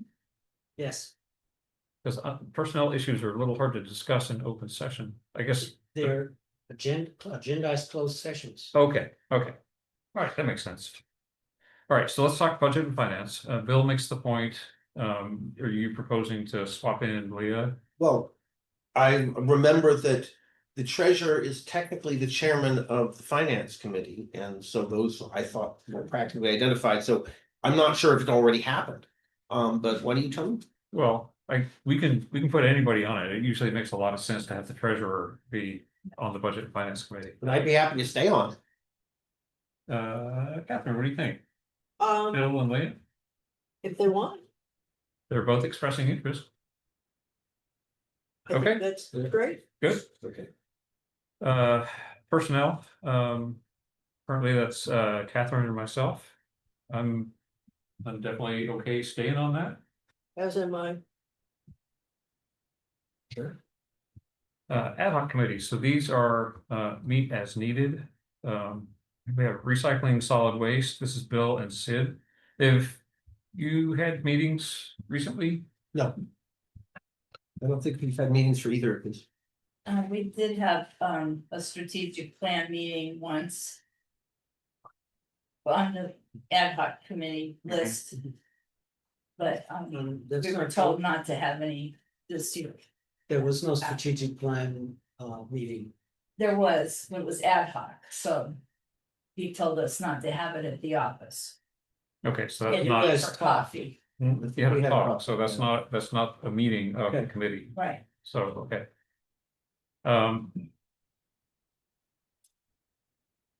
Okay, so does the committee have any upcoming work that you know of? Well, we would oh wait, are you talking about recycled waste? Well, there are two, which committee are you Oh, talking? recycling solid waste? I had literally forgotten I was on it. I know I was treasurer because I have lots of things to do, but nothing has happened in that. I'd be happy to serve on it if there's some way for me to know what's happening. I'd like to Go- see it going too. Going to the principle of ad hoc committees, if we don't have work, then the principle of ad hoc committees, we don't have a committee, and then we reform the committee when work comes up. And we can do that at any time. The president can just wave their hand and the committee appears. So I think the committee will be needed in the negotiations that start. Peter, you're still there. The negotiations will have to start a year in advance. So we're talking about the year 27 or 28. When we need, Peter, do you remember? when we need a committee for that purpose, not this coming year 26. Okay, if something comes up, we can put the committee together in a matter of minutes. And we know two people who want to do this. I mean, you could leave me on there as a placeholder. Well, Nothing's coming up, but if it does. yeah, placeholder. so as of right now, as all ad hoc committees do, if they're not active, Right. we'll just. We'll put them in dry storage. There is no committee until we need one, and then we can recreate it when we need it. Legislative, Was that in dry storage too then? well, it could be, again, easy enough to bring out as dry storage. Right now, Catherine, we don't have any active legislation that we're No, working on. We might, if it's conceivable, especially like with tonight's letter, we might get things we back in the may, mail. we may well. But, okay, so reactivate as needed, and then the strategic plan, I'd like to stay on it because we didn't really get a chance to do anything this past year, but we hope to, because now our plan's 11 years out of date. Our strategic plan was what, 2015? We updated it in 2017 last. I'd like to stay on it because about 6 months ago, I got to watch my wife reinvent large portions of the genre of strategic plans for a nonprofit. And she had people who sat on boards for decades, look at this one and say, it's the first strategic plan I've seen, which actually connects our principles to our action items, which they wanted to use. Most strategic plans are swept under the rug, like ours, I never knew we had. So I would love to be on it in a way where we can apply new understanding to how it's happening. I agree. But I got the impression that one hires a consultant who does these things and they give you a questionnaire. There's something very weird is not the thing I want to do. So I'd like to have a strategic plan, which means something, and I know exactly what that looks like. okay, so Catherine, I have something I want to follow up on. Our strategic plan has always been available on our website. And if you don't know how to use a website, that can be problematic. To say if you don't know, sorry, Catherine, that's not a very nice way to say it. It's snarky. There are many websites which are hard to use. Ours is one of them. Well, was, and now it's easier. Okay. I wanna mention the date that a strategic plan is created is not the date at which it's obsolete. It's obsolete when it has drifted, when the work of the agency and the vision of the agency have departed substantially from what that plan laid out. So a lot of it was principle and statement of direction and vision. So that stuff doesn't rust, but it's worth coming back to. So my view on a strategic plan is it's a thing to freshen up and bring back into alignment, or us into alignment with it, whichever or both need to happen. If we're gonna have the committee, I'm okay with that. I want to see it do something this year. Oh, but I think Bill and I would like to refresh it. Yes, So I do want to speak to the process, and I'm gonna invoke a reference to Chesterton's fence. Are you familiar with Chesterton's? I know who fence? Chesterton is, but I don't know about his. G.K. Chesterton. That's the only one I know. Well, there might be more, but Might be. but it turns out we're talking about the same one. Made reference in correspondence once to the fence that you find out in the middle of a field. And the principle of Chesterton's fence is don't take down the fence in the middle of the field until you understand how it came to be there in the first place. And the unfamiliarity with the process of how we arrived at the plan that we currently have on the books doesn't negate its value. And I'm sure you would agree that I'm not picking, I'm just saying the process that we went through was a very good process, one that involved close interaction with quite a few people, spending time discussing what was important to them, drawing out values and vision, ambitions, hopes, concerns, and then working with a whole bunch of members of the community in a live interaction. Something you would have loved this meeting. You would have loved this meeting, Bill. This is the kind of meeting that you really. People said they wanted the internet, right? Well, it wasn't what came out of it. It was the process of dealing with the people in a way that engenders respect and listening. Exactly. And a lot of that got incorporated into that document that might have been hard to find on the website. But the consultant that we had is one of the most lovely people we get to work with who really knows how to lead that kind of Mhm. thing. And I think I would urge you to get familiar with how I'm blanking on his first name. Martin. Martin Rausch, his work and with us and how that came to be. Mhm. As you think about how to go forward with doing an update on the strategic plan. That would be good. So I'm encouraging, give it a chance. I think you'll find a lot of appreciation for the Okay. process. And if we can do more to achieve results of that caliber, I think it'd be great. So as president, what do you So- think is the timeline? Plans? Yeah, maybe I can address that comment right away. I spoke about that already earlier that we're gonna be starting this in the first quarter of this year. This year. What we heard from Martin. I wanna reiterate a little bit what Scott said. Particularly to the two that are interested in driving this process and driving something through a committee. The process is very much a joint experience, and there is not a single voice that sticks out over the others. Mhm. If it's a member of the public or if it's a board member, how this is later weighted, how this is all put together is really something that takes a lifelong experience to do. This is not an easy process, and that's why we're working with experts on this.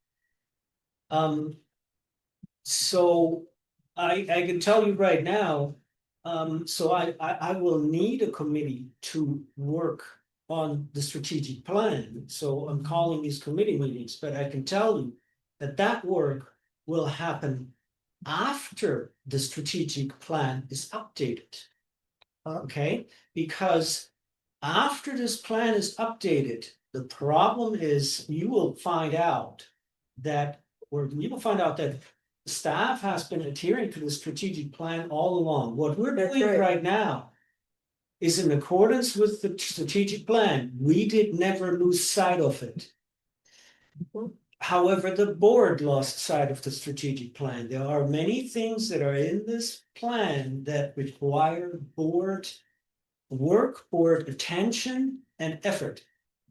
And that is something that will have to be dealt with. So these issues, and you'll find this through this process, that the board is actually together with staff doing work on this later throughout the year. So if we want to continue using it, it requires an effort from staff, and we've been doing that, and an effort from the board. It's not, the strategy, we don't need an ad hoc committee for a process that is to 90% already complete. Because I'm utterly flummoxed. Sounds like he's. This sounds like it's And we're something not- for another time. I don't think we really have the bandwidth now to Okay. get into those details of strategic Well, plan formation, but I heard at least three things which Yeah. puzzle me in many ways. Well, I took a couple of things from it. One, we need the committee because there's going to be work to be done. It may not be what we were thinking, but there's work to be done. And two, I need to go reread that thing because I may have lost sight of some of what's in there despite having participated in it. And so I'll commit to doing that. Urge my colleagues. Yes. Let's all read it and then then we'll all be able to talk about specifics of I'm it. hoping as a general principle, we will listen to several different experts. We can have the one who did it last time, the one we might hire this time, my wife who understands this process. So by hearing multiple experiences, not just one, but many different people who've done this, we'll have a way to understand which way forward. Because the evidence on the ground is that we have a really, really well done strategic plan which nobody used. Oh, Or rather that staff used, but the board ignored, Yeah. which means it wasn't as good as it could have been. I don't know that the board universally ignored I- it, but Well, I am. What he said, the board lost sight of the strategic Mhm. plan, Nothing. that he well, specifically said that. yeah. I think that's worth examining. I'd like to understand that better. Catherine?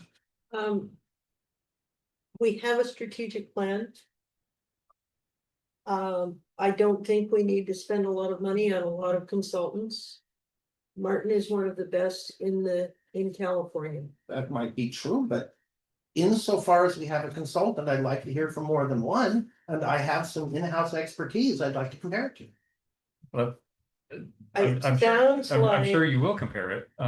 The thing is that we're underway that Martin's opinions aren't what make it into the document.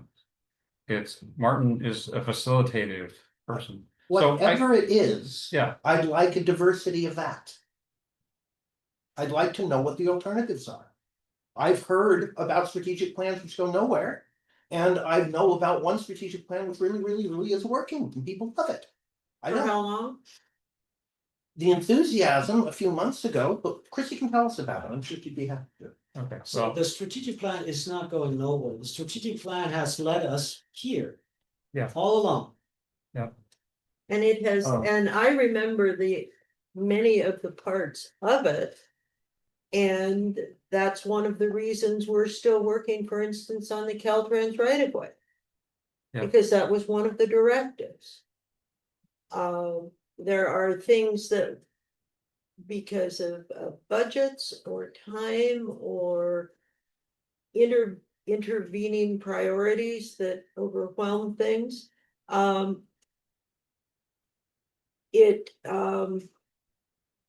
It may look like we have forgotten it, but Clemens hasn't, and it's integrated into what our plans are and our capital improvement projects and things like that. So, I think would be very useful for those committee members to not go off on their own tangents, but actually work closely with the rest of the board and Clemens, and I would love to hear more reports on this. To that end, it seems we could have an agenda item in which we revisit the main points of it and just talk about how those points from almost 10 years ago fit in with what we're doing. Because you're right, we need to talk about it, but if we don't talk about it, we aren't talking. well, let's first start by each of us getting fresh on it. If we can get some time with it, go through it, I'll read it, and we can chat a bit. And that might be a good thing to do afterwards, but let's read it. Yeah, sure, Yeah. that comes first. Okay, so Excuse me. yes, I have a hand up. Clemens made a point that staff has been working on it. So, sounds like he didn't want the ad hoc committee working on it yet. Cause all last year he told Bill and I to hold off. So, that means staff has been working on it without us. And, we would like to be involved. So if we're gonna go forward this year working on it, I'd like to see what work has been done meanwhile, since he said they're working on it. And who is staff? You and Well, such people? right now it's Clemens, and so a good thing for the committee to do might be set some time with Clemens and come up to speed on where we are in the process. Yeah, We've I'd talked, like to we've do talked for that. months about activating the process that leads us to where we go to start collecting, the things that will comprise the revisions. So I'm gonna suggest, okay, if we're serious about this, then let's get the committee together with the general manager and bring you up to speed. We could Just be where brought up to speed after we have our collective reading and discussing. Because No, I well, don't, no, I don't think so. And I mean, I think we should all, as soon as we can, read it. And then as soon as possible, meet with Clemens to find out there is process that we are already in, and we've been talking about for months about getting consultant and getting the elements in place to actually go through the process to assemble a revision. I think it's good to bring the committee into alignment on that. And if we Yeah, haven't been I meeting with understand. Clemens, let's do it now. I don't remember it being called revision. I thought it was write a strategic plan, not revised. All strategic plans are a revision. No, It- this is a different language than I've been having in my head for the year that I've been on the strategic plan Well, committee. we started originally with none, and then we had one, so that was a pretty major revision, but I think you know what I mean. well, every bill in the assembly goes through markup, and some markups are a little bit, and some markups are gotten to mint, so I don't know. I mean, my guess is we're gonna find we're probably better off making some revisions, small-ish, because there's a good body of work there, but let's read it. Yes, let's read it, and then once we know the thing we're looking at revising, we are in a better position to discuss how to revise it. Well, But talking about the structure of revising something before you look at it was kind of backwards. I'm not saying meet with them right now before you have a chance. Good. I misread Like, that. let's read it, let's meet soon, and I'll leave it to the committee to figure out with Clemens when a good time to do that would be. Sid? And I still would like to bring up the fact that we have no bylaws and most districts do. So could we please revisit having bylaws? And I think we've gone that's beyond- beyond selecting officers yes, yeah, and committees. and agreed. So into a whole new. let's get back to, Why do you always push it off like you Because don't it's wanna not- have bylaws? that's actually not on the agenda, Okay. okay? So it's literally not on Okay, the so agenda. can I please ask to have that on the next There's a agenda? part on the agenda for asking for things to be on the. Okay. This was the reason I'm so grateful for Scott knowing how to run things. Yeah, So, okay, well, I thank you, Catherine, for. Everyone sharing a meeting can often use a little reminder. I do see a hand, Michelle? Your audio's off. Hello. Hi. The strategic plan is under documents and links, and then you go to planning documents, and there's a facilities master plan, and then right below that is the strategic plan 2015. In case you're Yep. looking for it. All right, thank you, Michelle. You're welcome. All right. I believe we have gone all the way through everything there. Let's now go to reports. Sewer Authority Mid-Coast. We met Monday night. I've Sorry, already said it. President Boyd, would you want to Yes. just confirm the assignments by emotion? I think that was the original intent, or did that already happen? If you recommend a motion, then I'm willing to entertain a motion. Yeah, are you, I move to approve and discuss who's going to take those positions that we discussed. okay. Let me, okay, let me just do my best to reiterate. I took some notes. It's Sam, Catherine and Scott with alternates Phil and Sid. CSDA We could Catherine add Leah to that. and, oh, yes. Thank you. See, this is part of why we read it. And for CSDA, Catherine, with the rest of us, well, with Leah, Bill, and Sid as alternates, we don't need me on there. And then for CASA, reestablishing our CASA seat, have Sid. So this is what I'm seeing. Did I forget anything? I don't think so. no, Okay, Aqua stays the same with Bill. You Oh, left that off. That's okay. yeah, But since Cass is not on here, will somebody send me the information? I did already. Okay, thanks. okay. All right, great. So we've got the motion. Can we have the roll call vote, please? Director Champion, Aye. Director Young, Aye. Director Boyd, Aye. Director Slater Carter, Yes. Director Sofke. Aye. Motion carries 5-0. Thank you. Okay, back to Sam, Sewer Authority Mid-Coast. Okay, I'm getting tongue-tied. I'm gonna look at the clock now. We met Monday, pretty good meeting. I mentioned a few things. Did you have anything to? Yeah. Well, we were looking into, we were discussing having only one SAM board meeting a month.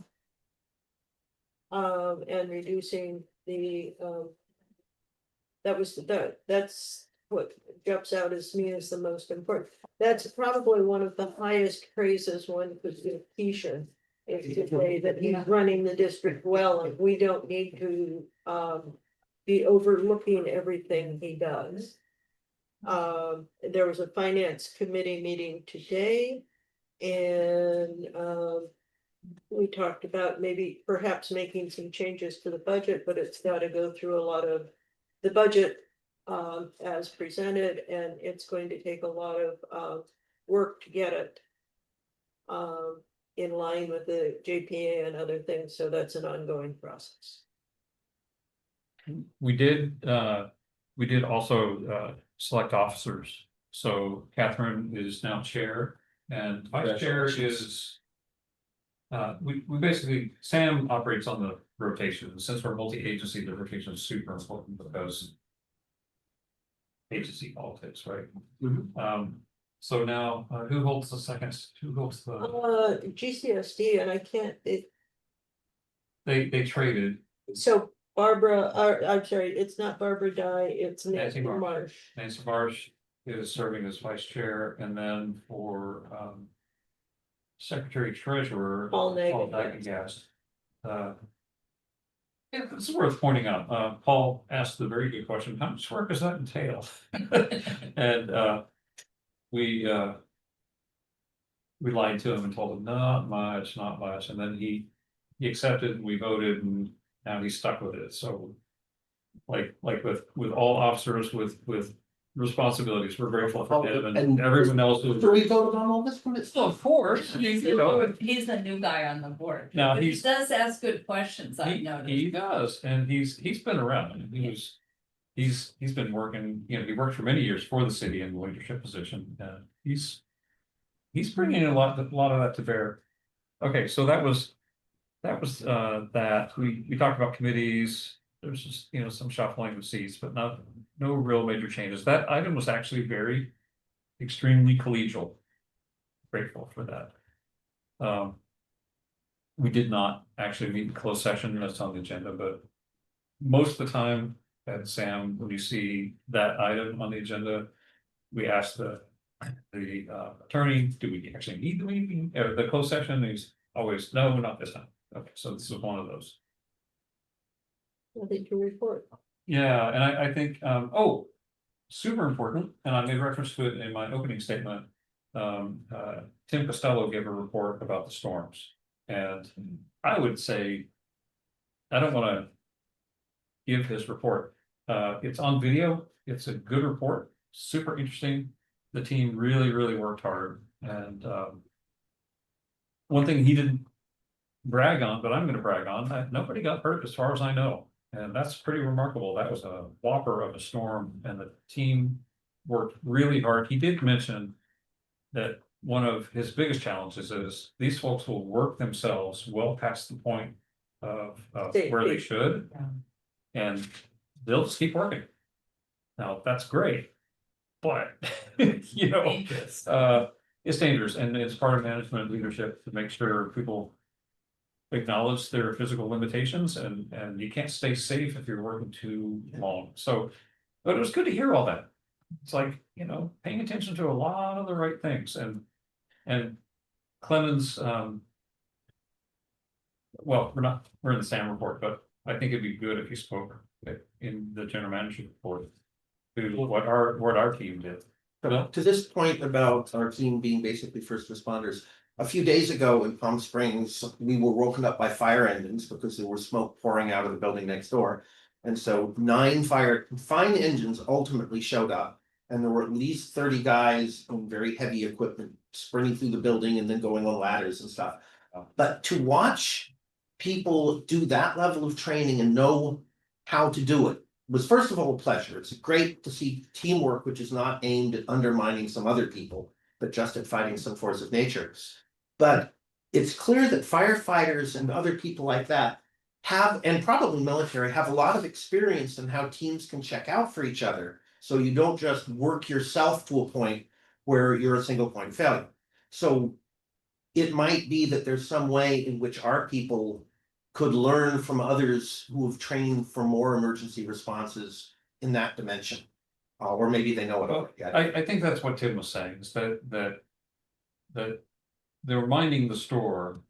And what he was saying was these folks on the team, on the crew they're just hard workers and they will just keep doing it. And, you know, they're surrounded by people who are going to keep an eye on them too. It's like, hey, you know, you need a break. You need to go get some sleep.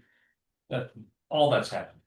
But telling people they need to go take a break isn't needed with any team where people aren't willing to work that hard. So Yeah. This is It's a good problem to have. this is a way of, that's right, this is a way of complimenting their desire and willingness to work, even overnight in the storm, you know, who it's a rare person who thinks that this is a job that I want to do.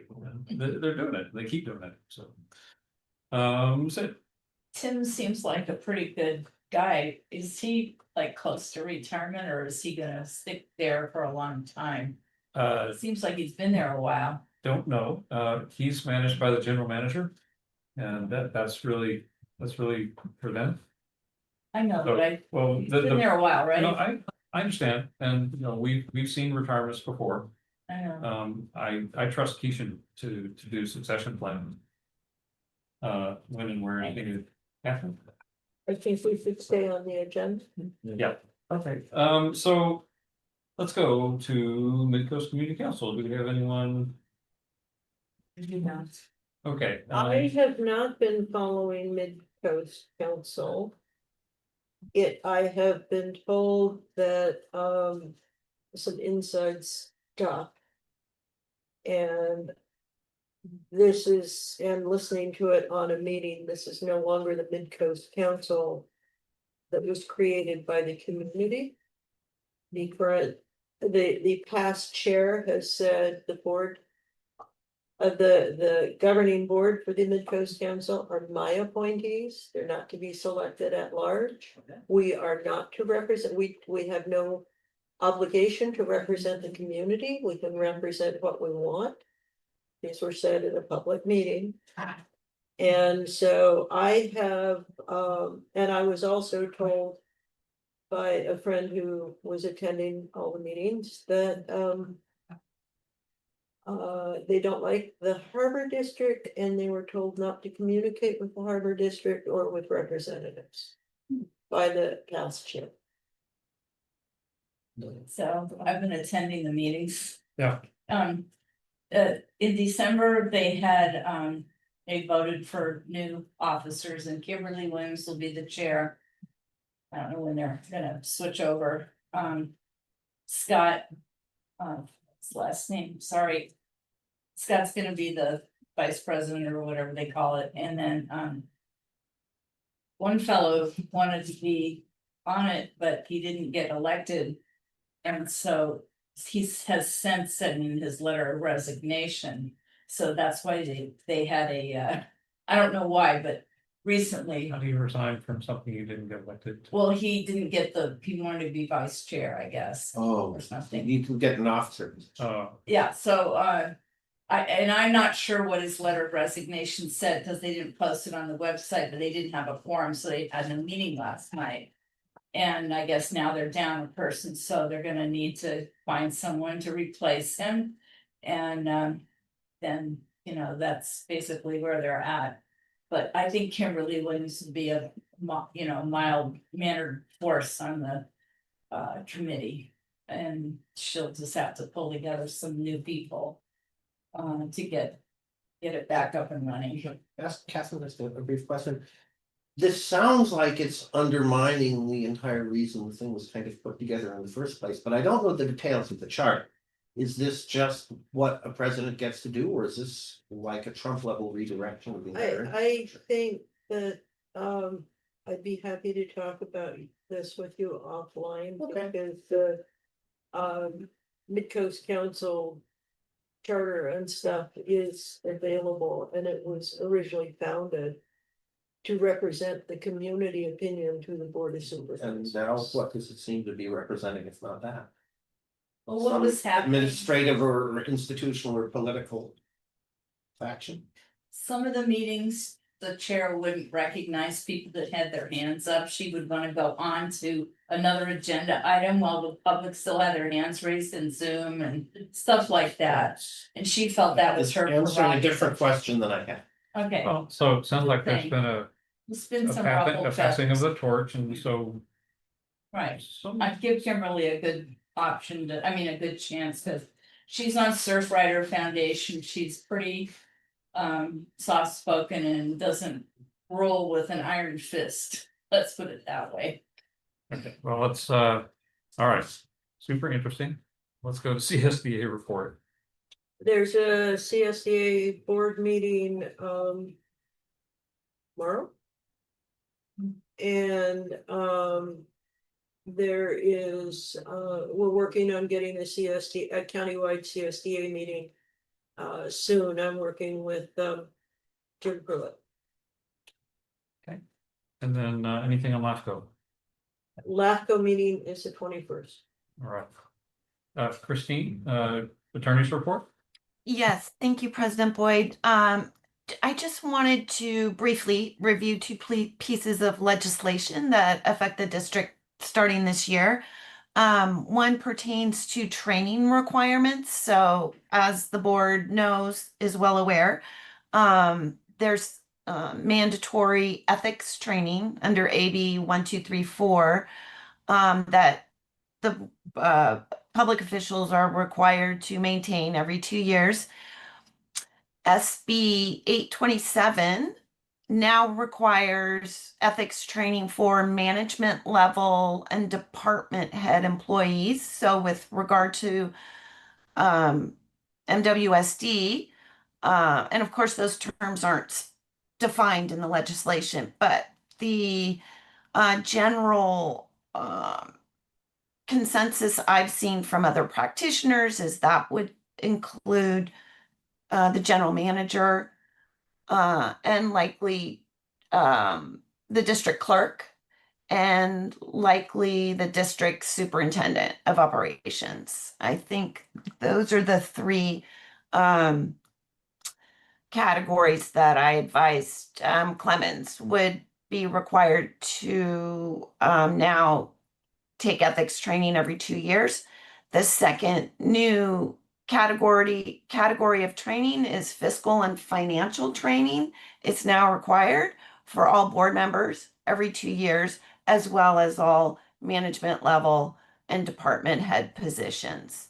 And I have communicated this to Tracy and Clemens and the deadlines, and so they'll be managing your training with notifications however they do. There'll just be this added new training. And by the way, I believe CSDA does have a fiscal and financial training seminar on March 4th. I believe Tracy has that information, but if you wanted to get it out of the way, you could do it in the next month, and that would cover you for 2 years. The second piece of legislation, obviously, and thank you, Director Slater Carter, you asked me at the last meeting to maybe, go over some of the new remote, the changes to the remote rules.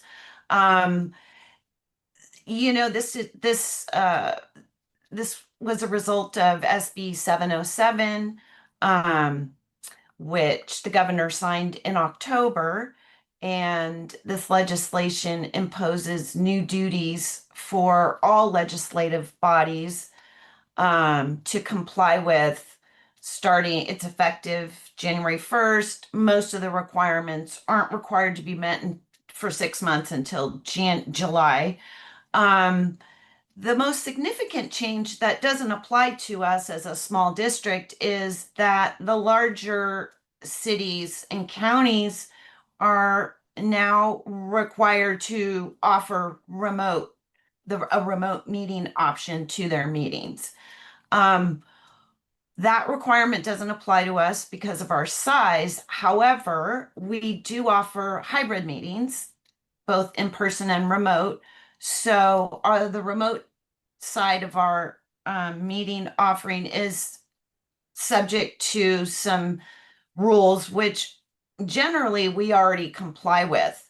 For example, there's technical requirements for providing audio and visual participation. We provide that.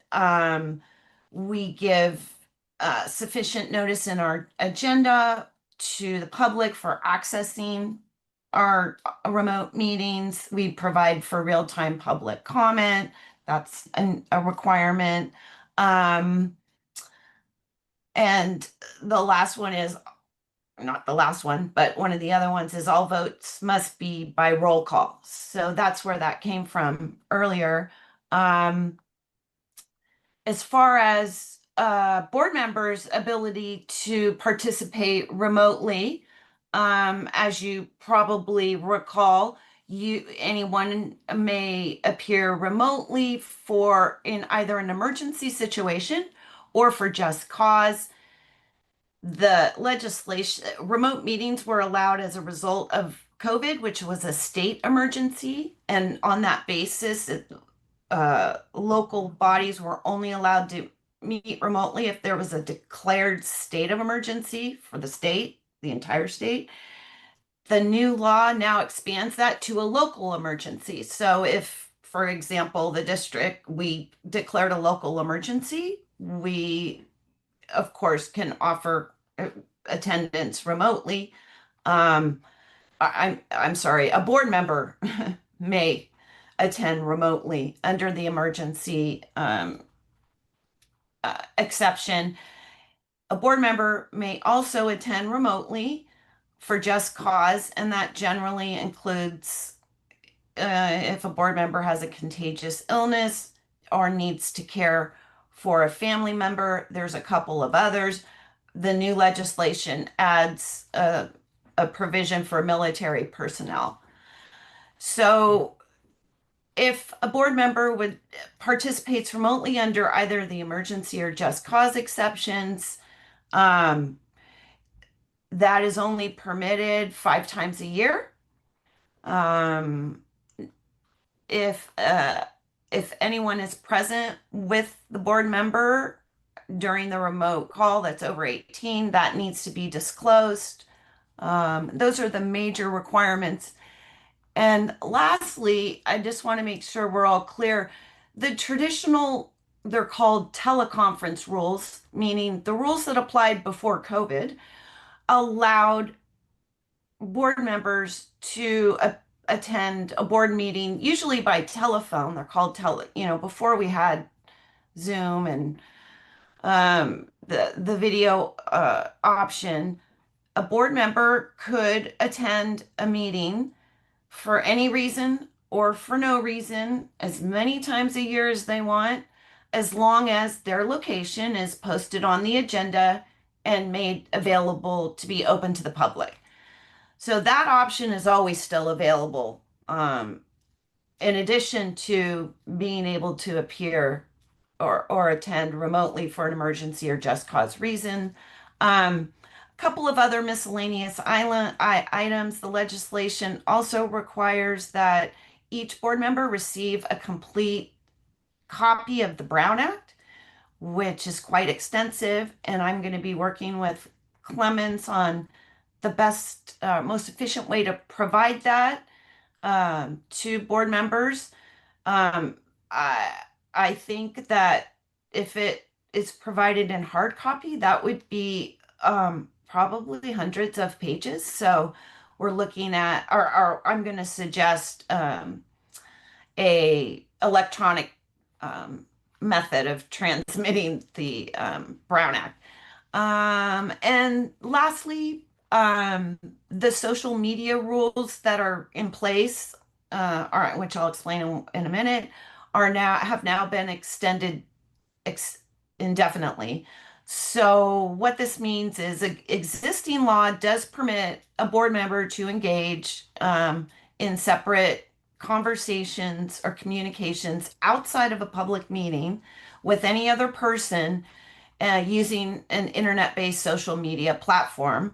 However, it's only permitted as long as a majority of the members of the board are not using that same platform to discuss district business. So that's the rule, and it's now extended indefinitely. The last thing that I wanted to mention, and I will work with Clemens on, we may need to bring an item to the board to authorize your committees, speaking of committees, to be able to offer remote availability as well. We're permitted to do it. We just may need, we will need the board to authorize it via a resolution with some certain findings it needs to make to allow that. Those are the highlights. Anyone has any questions? Sure, Bill. So having done both video trainings and also in person, I can vouch that all of the research is right. You learn several fold more from an in-person training than from a video one. And so I definitely want to take that option, like at a conference or something. Next best, if it has to be online, is to have somebody else doing it with you. So the only way I made any sense of the ethics training was with Clement sitting here watching it on his computer. And I think we got like 90% through, and then there was a tsunami warning, and we had to do something else. But watching it with somebody, I couldn't have understood it because there was a bunch of semi-nonsense on there, which he explained to me. But the fact that these things are not always as clear as they could be means that watching the video by yourself is not a very efficient way to learn what you want to learn. I'd much rather we find ways to encourage doing it more efficient ways. Okay, thank you, Bill. If anybody wants to do a joint watching session, Well, knock in yourselves person is out. Sid? I was just gonna say, when I was at CSDA, I picked up a Brown Act, the new Brown Act little booklet. I think I Oh. gave it to you. I think that. Oh, did you? Okay. I'm just gonna say you don't have to print it out. You could maybe order them from CSDA. I don't Great have it, idea. but I didn't realize she gave it back to me. That's But that'd be something to look into, Christie, because it was in a little nicely bound booklet form. nice. Oh, that's a great idea. Let's Yeah. remember that, Clemens. Since we're members, maybe we'll get a discount. All right. Okay. Anything further, Kristen? Oh, no, thank you. Okay. All right. Oh, I did want to have a quick question. The thing that you said on March 4th, is that a Zoom or is that in person? I know it's definitely a Zoom. I don't know if they allow, it's probably just a Zoom. And do they Only. that I don't think it's in person. Okay, Yeah. There's a lot of stuff that is, you have to purchase it, but the purchase price is $0. oh, So okay. take a look. But If it's mandatory, so we could be reimbursed for If it. it's mandatory, then it's already going to be on our account. You're gonna get an email from us, and if that link is still active, and Tracy was talking about that, we'll include that link into that email. For the For the- fiscal financial training. stuff. Yes, she's already signed up for it. Oh, uh-huh. If we figured it out. And so we're gonna provide that link if it's still active. Okay, great. Great. Yeah, good question. Thank you. All right, any further, because I think we've already had some, any further director's reports? Is this when I asked Yeah. you to put something on the agenda Oh, for that would, next that would time? be Not- two more. okay. That's on the future agenda. Sorry. That's okay. General manager's report. Yeah, thank you. And thank you for giving me the opportunity to talk about what's happening in our district and what happened throughout the winter storms. So yes, staff was busy very, very much. It's the generator runs, that's what it mainly is. But what I have to say is, on both the water and the sewer side, I'm gonna say we didn't see a lot of damage this year so far, so knock on wood, because so we went through the storms this year. Not fairly easy, with a lot of work, but without the damage that we've seen in the past year. There was a number of power poles down, and I know that the teams, they're not the local PG&E teams, they're coming from all over the states and helping these situations, but they were very cautious, watching out for our water lines. That's where in past years we've seen damage, when in these situations PG&E just uses an auger and goes straight through the water mains. We have not seen a sewer spill, and we have to thank Sam staff for that, of course. That is. I mean, they've done a tremendous job, throughout these rainfalls to ensure that nothing happened. We did see some minor damage on, one of our tanks, and we're in the process of addressing that.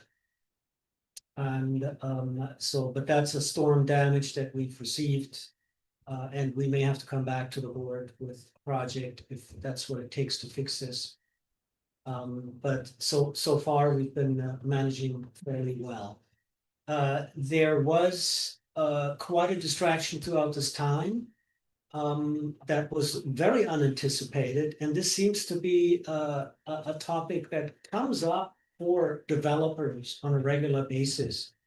This year, it was the Midpen Housing project, the demolition that started and sucked up staff time like nothing.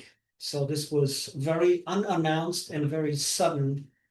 The start of that project definitely interfered with our staff's time throughout the rain and holiday season that we've seen, but by now this seems to have smoothed out, and there's a good working relationship with the contractors.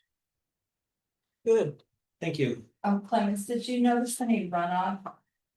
Or did the staff notice any runoff down through the Mid-Penn property around our tanks? Cause I heard it ran all the way down through their driveway onto Carlos Street, but I.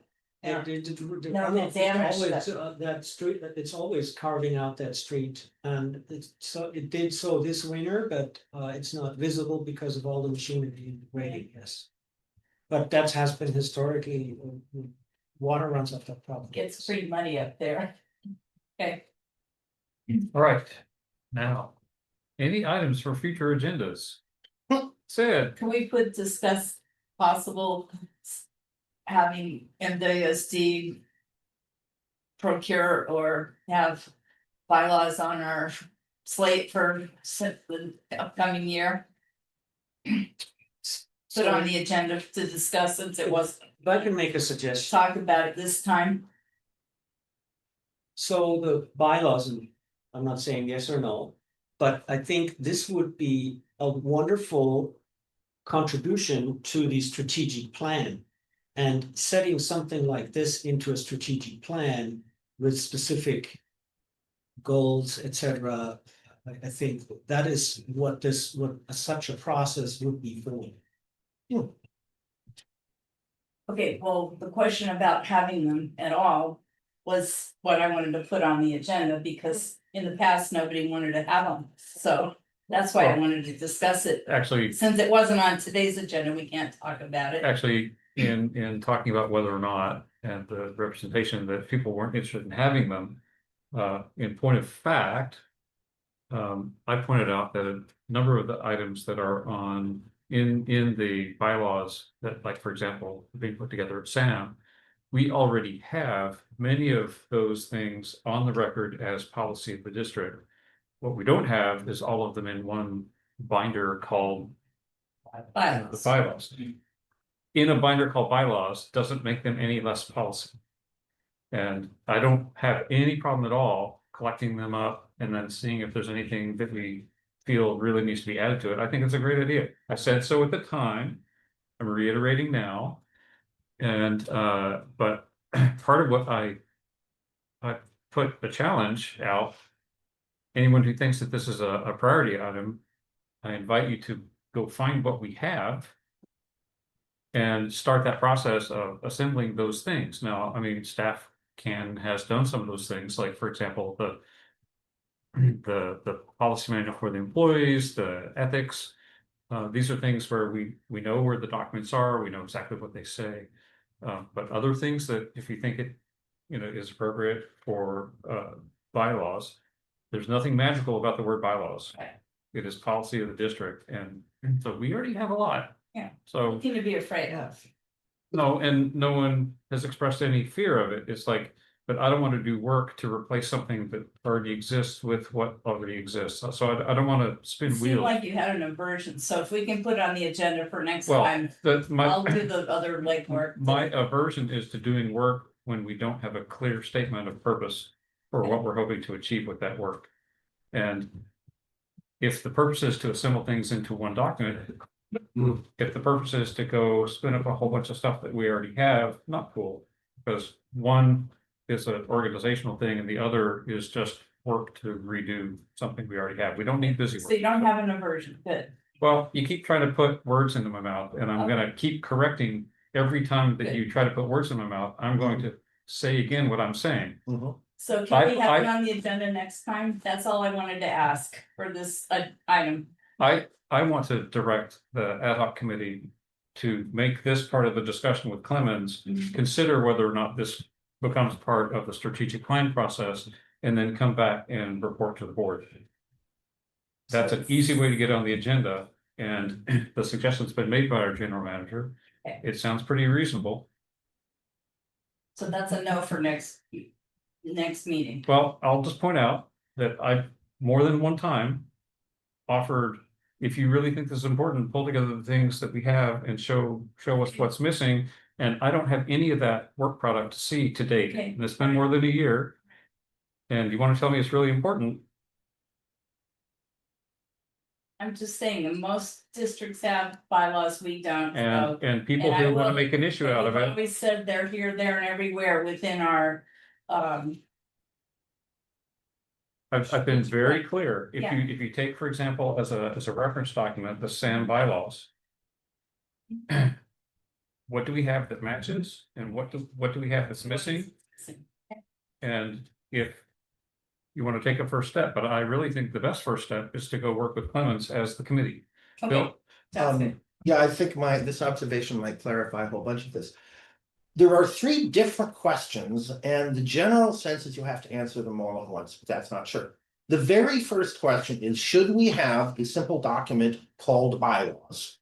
Yes or no, in one place where everybody can see it without having to spend a year doing a research project on your own about a subject you don't know. That's my problem. I am not in a position to assemble this thing precisely because I don't have the core thing all together. And if it's that easy, it shouldn't be that hard to put together. So one is, should we have bylaws? And some of them, of course, will be inherited from the CSDA rules and the water district rules. So there's certain state laws which are kind of implicit in whatever bylaws we'd have. And I don't know how hard or easy it is and whether Christine needs to be involved. But question A is, do we have them? Question B is, what exact structure, at which point you can look at samples from different organizations, public and private, or public and nonprofit or whatever. And then the final thing would be filling in numbers. So like the second step would include, do we have succession plans? That's a big bylaws kind of thing. We either do or don't, but that's the second question. First, do we have bylaws at all? And if so, what do we assemble to look at in order to make sure we don't essentially recreate the wheel? So it seems as if the question of what, just talking about should we have bylaws, that's a question for all of us. It's not a question for Sydney and Clemens. That part. The other parts. So I'm going to assert that when someone says to the board, we have an important thing that we need to do, and I don't care what it is, that person making the claim needs to substantiate the claim sufficiently to persuade the board, yeah, let's talk about it. But it is entirely common among boards of multiple people for one person to have a bee in their bonnet about something that the rest of the board doesn't. And the building interest, and that's how we get to agreement to work together towards a common goal. I'm going to repeat, if you want to see a good example of a set of bylaws, SAM bylaws are in pretty good shape. If you want to see, is that something that we're missing? I would say, take a good one and then compare to what we have, and then say, here is a clear deficiency, let's go patch it up. Cool. But to say we don't have bylaws is incorrect. we do have bylaws. No, Bill. I'm confident of this because little behind the curtain thing, I went and read the SAM bylaws, and then I went and found similar things that we already have on the books. So if you think something's missing, what might be missing is having them all in one document called bylaws. I see. That's fine, Yes. but what does the agency get as a benefit for engaging in that kind of work? That's how you make the case that this is something key for the board to discuss. But we actually have a really good suggestion. Got a committee, we got a general manager who's got a lot of process Mm-hmm. written in his head and so forth. This is a great opportunity to work together, come up to speed on what the current strategic plan status is, the goals and so forth, and then Okay, discuss sure. what do we have. We can have our Is- first meeting. Is about assembling bylaws. bylaws a good part of that? So we've already got a process to go get answers to the questions. Cool, all right. I'll start Okay. with that one. I don't think you're wrong about the points. I just think we have a lot on the table available to us already today. So. All right. Okay. By the way, what has historically happened with future agenda items is we maintain a list of things that have been asked for, and then as we have opportunity or the priority presents, we'll take things off the list and put them onto the agenda. But it's been very normal to have things on the list for a very long time, and it just never kind of rose to the top. But it was something at some point we thought we should probably talk about this. So first thing is get on the list, and the next thing is get on the agenda based on the opportunity and so forth. And sometimes it gets starved out because we got things going on, it fully occupies us or staff or both. So, you know, some meetings, there's a bunch of stuff we gotta get done, and that's what we're gonna do. So this is a matter of priorities and assembling things and getting to them as we can. Okay, we now have the end of our open session. And we're going to reconvene in closed session. We're gonna bid, Michelle Dragony, see one last comment. Thanks, Scott. Sorry to bother you guys again, but I just was on your website and I went on the SAM website.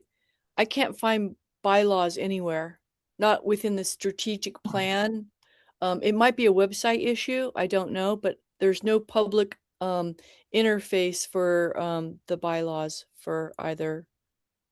Okay, I don't think Sam has adopted them just yet. I think we have them as a draft. And But- MWSD has so articulately said, we do not, we have them in our policies and procedures. And, But not spelled out as bylaws. We They're- don't, you're we there don't, we don't everywhere. use the word, but bylaws are filled with. I just, both websites are not searchable and they're not searchable by Google, so I can't find it. And I do this all the time, so just want to let you know, that's all. Okay, Michelle, I've been searching our new website and haven't had any problems. Well, But we're send me not the gonna links. I can't find it. no, I literally have spent the last 30 minutes looking for the link and I can't find it. So send me the Michelle. link. Michelle, you're not gonna find a link to the bylaws on our website because we don't have a document called bylaws. That's right. No, So but I went to this, I Googled, bylaws and I come up with comments actually from Sid. Your search is actually not bad. But I don't see, I went to the strategic plan specifically and I could not find bylaws within the link on your website. So I'm just letting you know. So let me be really clear. You're finding that there's nothing on the website called bylaws because there's nothing called bylaws. No, We- I went to the strategic plan and I looked at the agenda. That's fine, that's fine. There's nothing in the prior strategic plan that contemplated or discussed bylaws either. So. So where do you're I not gonna find them? it because We're gonna make some. We. Oh, In okay. next Michelle, strategic Michelle. plan. What other organizations put together into something called bylaws are sets of policies and procedures. We have many of those already, but not in a binder called bylaws. Gotcha. So, yeah, so, if you want to talk about certain practices and procedures, we can almost always point you to the policy and someplace that talks about that specific point, but we didn't roll it up into a thing called bylaws. So that's part of the discussion of do we think that's worth doing? Gotcha. Thank you. Okay, now thanks for looking and thanks for sharing. Okay, we are now going to go to closed session. And I apologize, I just had the tab open and now I don't. First item is Half Moon Bay. Thank you. Okay, so we're gonna have closed session on the Half Moon Bay item, the existing litigation. And then we've got an item on conference with legal counsel, anticipated litigation pursuant to paragraph 2 of subdivision D of government code, section 54956.9, 12 potential cases, seal code of emergency. Christine, do you want to go ahead and speak to this? I believe I already mentioned Director Young's recusal before, but I will mention it again that because of her disqualifying financial interest, she'll be recusing herself from the item and will leave the room at the time the item's called. Okay. And it'll be reflected in the minutes. Right. Okay. Thank you. Thank you, members of the public, viewing audience at home. Thank you so much for being here. PCT, thank you for being here to help get this to so many more people. We know that there are many more people who watch it than can come to the board meeting. So thank you very much for facilitating this public process. With that, with our thanks, we are in recess and we will come back in a few minutes.